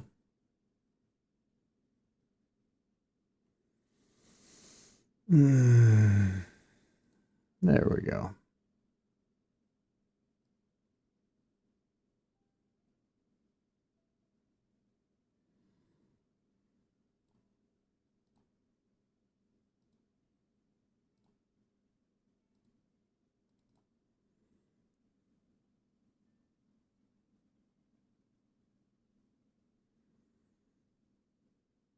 Oh, are you kidding me? Ugh. Okay. Well, so let's just go ahead and get rid of that new shape that we drew. Because not at all what we were attempting to do. Let's unselect that. Unselect it.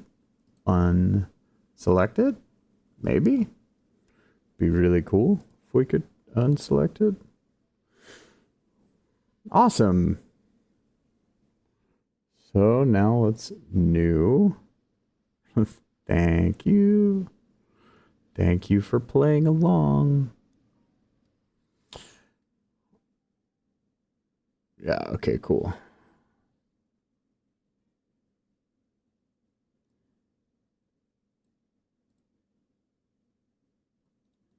Actually, I want it to be a little more constrained. I want them to come in through the center. And set the ask range a little wider than the actual entry point range. And then region is grunt tent 1 internal.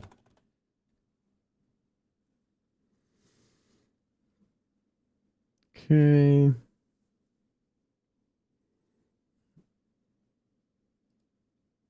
And elevation, we'll go 5 again.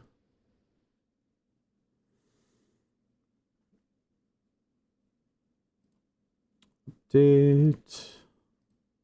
Behaviors. Teleport token.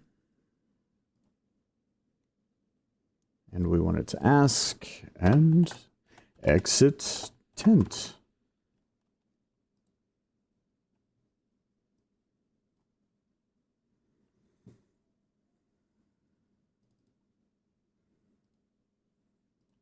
And we'll add entrance to this.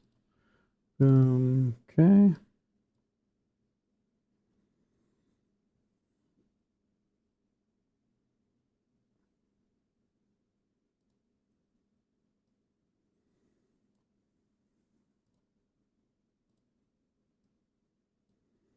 And we'll grab the UUID here. Bam. Internal sets, ask, update. UUID here. All right, entrance and update, update, update. Update, update, read all about it. Oh no, that's extra, extra. Okay, yes. Cool. Yes. Awesome.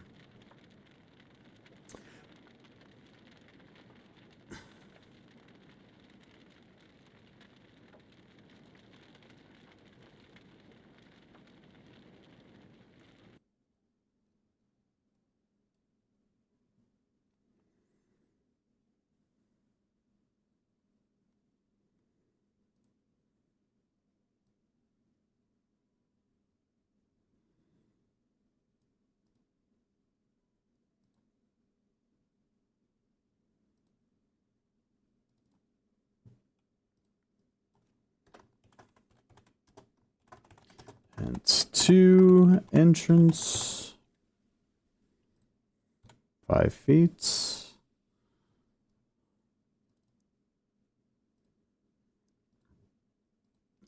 go ahead and add our teleport.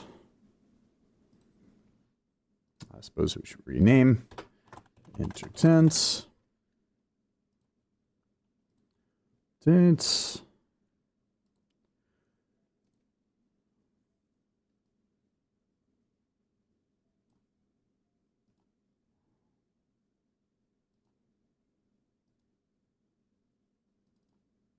All right.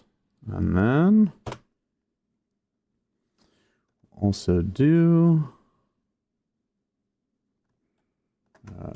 grunt tent to internal. Also 5 feet in height. And we also wanted to have a teleport. And you get a teleport. And you get a teleport. And you get a teleport.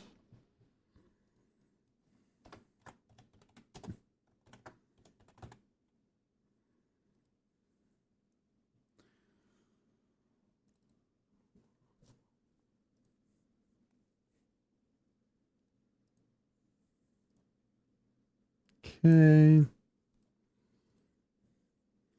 And then we clearly want our UUID here to go here. Oh, well, yeah, I suppose it would help if I clicked paste, huh? It's a useful thing sometimes. All right. And then we want the entrance to go here. And then we want it to ask, and then testing 1, 2. And we're in. And we're out. All right.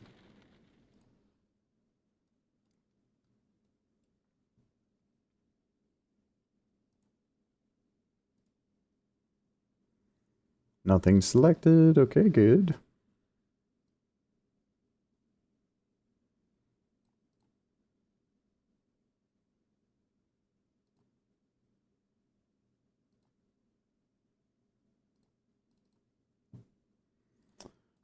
Let's grunt tent 3 entrance.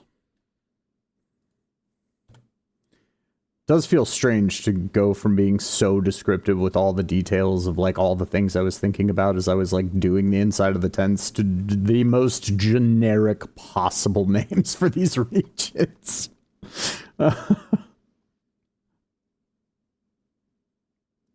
I mean, it's intentional, but it just does feel funny.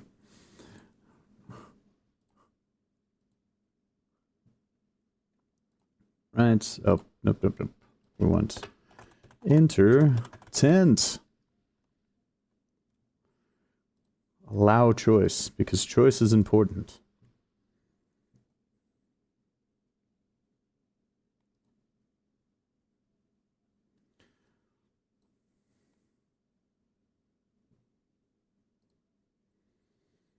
Remember, kids, when entering someone else's tent, consent is important.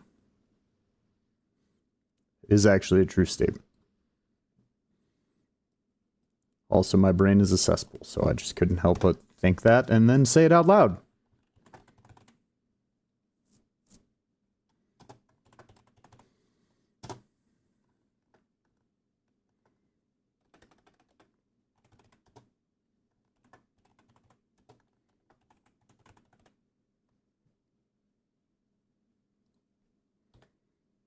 Wait, did I set the height on that other one?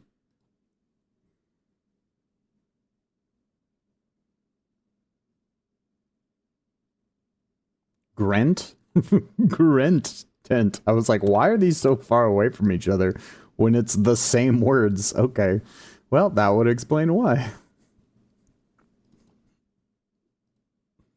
Okay, cool. I did set the height on that. Teleport. Exit tent. Allow the choice.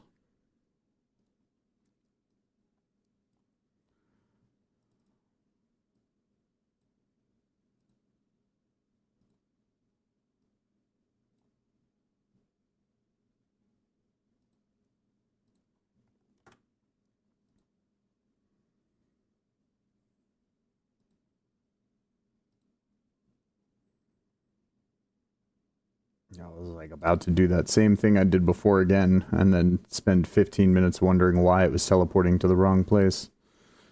Well, we got it though. Boom, boom, boom. Survey says that is correct. All right, cool. And the finale to our little teleporting promenade over here.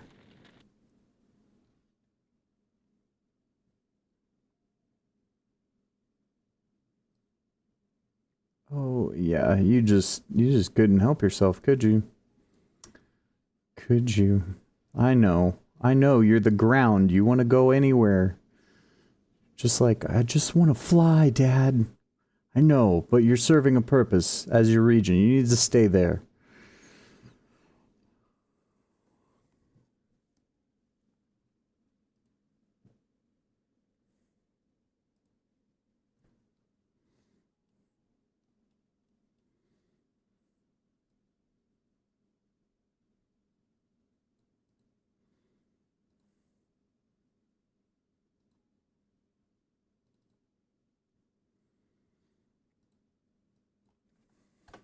Alright, grunt. Tent. 4.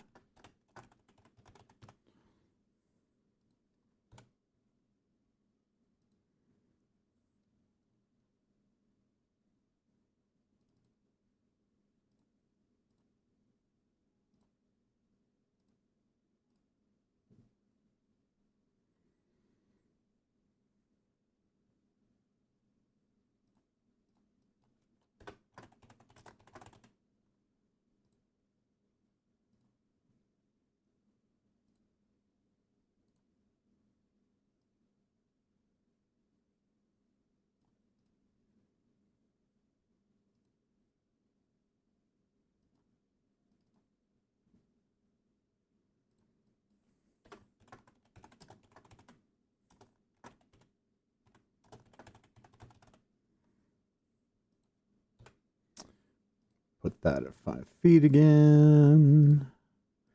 Then we add our teleport behavior. Boom. All right.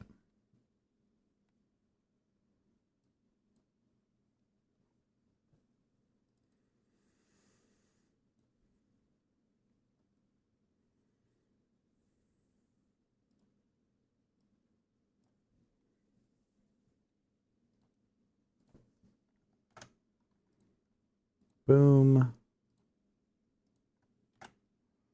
Boom.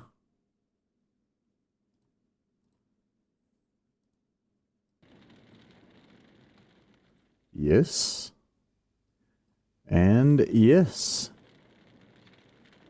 Voila. All right. So, I think this is one of the moments where we are going to go ahead and before we end today's stream, since we have done quite a bit since the last time we did one of these, and just for the new folks, I will go ahead and we will click this over to darkness. We will grab our token. We will make sure our token's vision is appropriately set. And we will just do a quick run through of the map, make sure all of our lightings and angles and everything look like they are working like they're supposed to. And then that is where we are going to leave it for today. So give this token 30 feet, basic vision. And I always like it when the attenuation is dialed up, so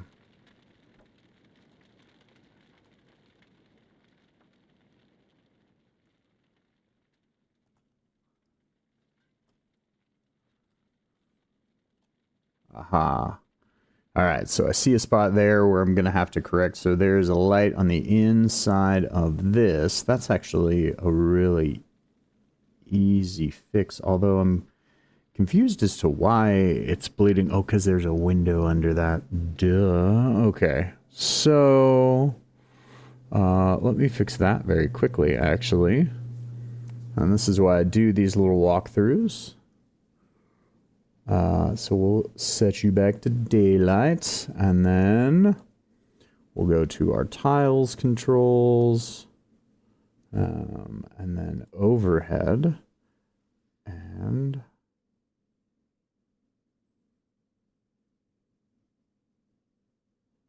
we'll just Control C. And so this is essentially just an invisible tile that is strictly here for the purposes of blocking light. So I believe that that should fix that. We'll see. Actually, we might... There is a certain portion of that light. Oh, there is a window there. So there is some of that light that we do actually want to come through that window. So I didn't actually need to do that at all. Sorry, I realized that as soon as I actually made it happen. So, but that's all right. We can leave that piece there. We will go ahead and click this back over to darkness. And so there would actually be some light coming through there, which is appropriate. I missed that this is a curved angle of the light coming through that window, so I... And then, do we want to teleport? Yes.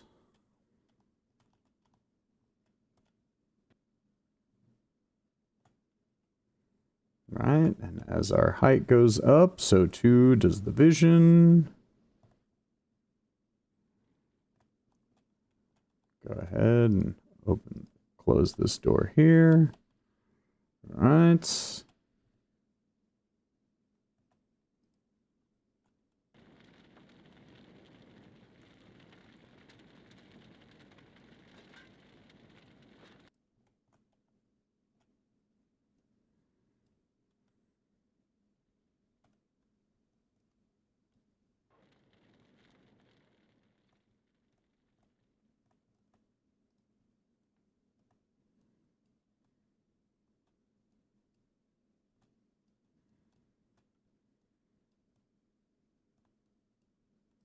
Oh, and we will actually give this token the height that it should have. That's the other piece. So we'll just pretend that this is a whatchamacallit, 6 foot tall character. There we go. So we can actually see the spots where we'd be able to see through the crenellations and everything there.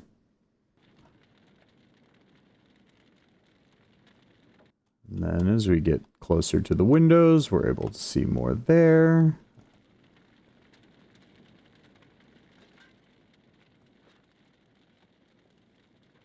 And then the metal bars of these jail cells. I might want to increase the occlusion radius there a little bit. That seems a little tight. I feel like if you're there, you should be able to see all the way into the cells. So let me go ahead and do that while I'm thinking about it. So we'll select that and that. And then proximity. It doesn't need to be a ton higher. Let's dial it up to 15 and we'll see what that feels like. See if that feels a little more intended, because...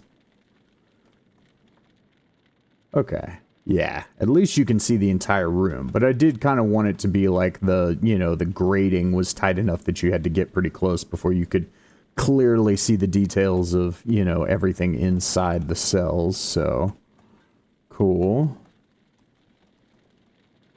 That's all functioning as intended. And then we've got our windows over here that, of course, we can see out.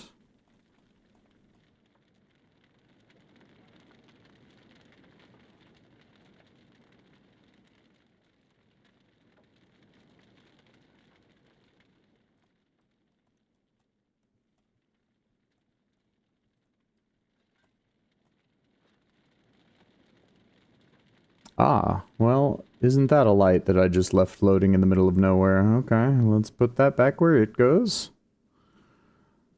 Probably because I pulled it out to like copy and paste and then forgot to come back and put it back.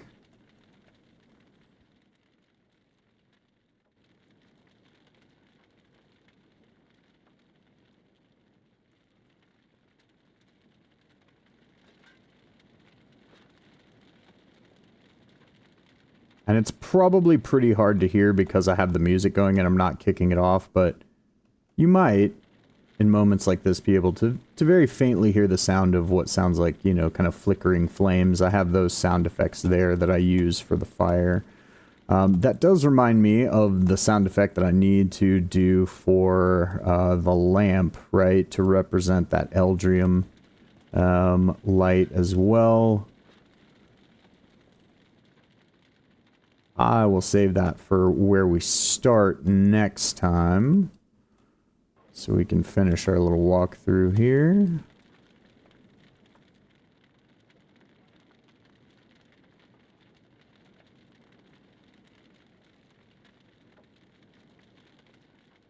Got our windows here.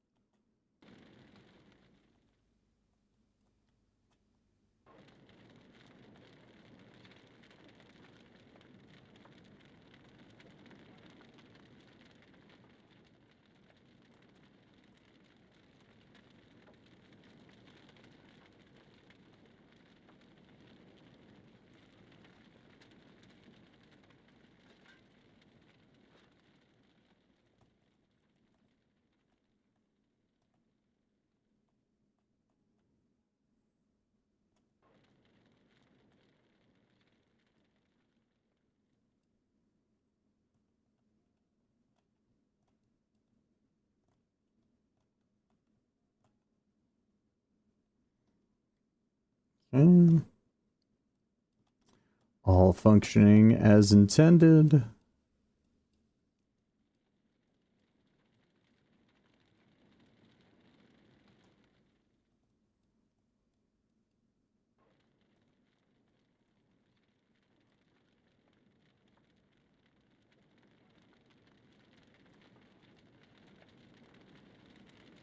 And then back to our little campsite. All right. Well, thank you guys so much for being here today. I very much appreciate it. Red Doom, thank you. I'm glad you found the channel. I'm happy you're here. There will definitely be more of what we had today on Saturday. Tomorrow I'm going to be rocking out some Pioneer with Reaper XPC. One of the folks who is, like I said, one of my favorites down at the bottom of my channel selection. So he and I are going to be checking that out. Like I was saying, it's the new MMO shooter. Good to see the creative process. I'll try to watch next time. You stream while I'm at work, so it's hit or miss if I'll be able to watch. Today was particularly slow regardless. If I can't watch live, catch the replay on YouTube. Yeah, for sure. Absolutely. So I always upload the replays on YouTube after the fact. Regardless how you're able to watch, I just appreciate you watching. And I appreciate that you like the content. And like I said, if you've got any suggestions, by all means, I'd love to hear them. But I'm going to find somebody for us to raid, and then we are going to call it a day for today. But you guys have been rock stars. And then if I am not mistaken, Doom, before you do get out of here, I am going to pimp Reds.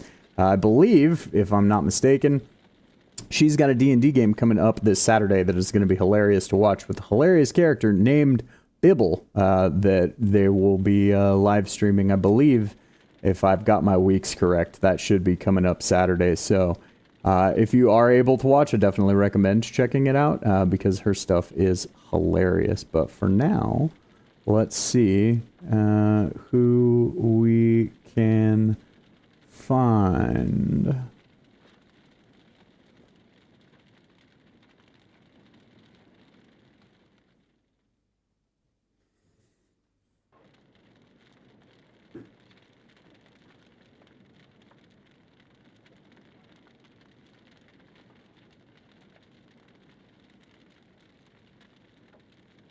Yeah, tell me what happened at your table this week. D&D conversation. Let's see. We've got some folks running Tomb of Annihilation. I think we'll go tell me what happened at your table this week. I'll be interested to hear some of the stories that people have to say for that too. All right, guys. So I appreciate you, and we're about to raid over. But thank you so much. If there is anything else you need, by all means, hop by the Discord, and I will talk to you guys next time.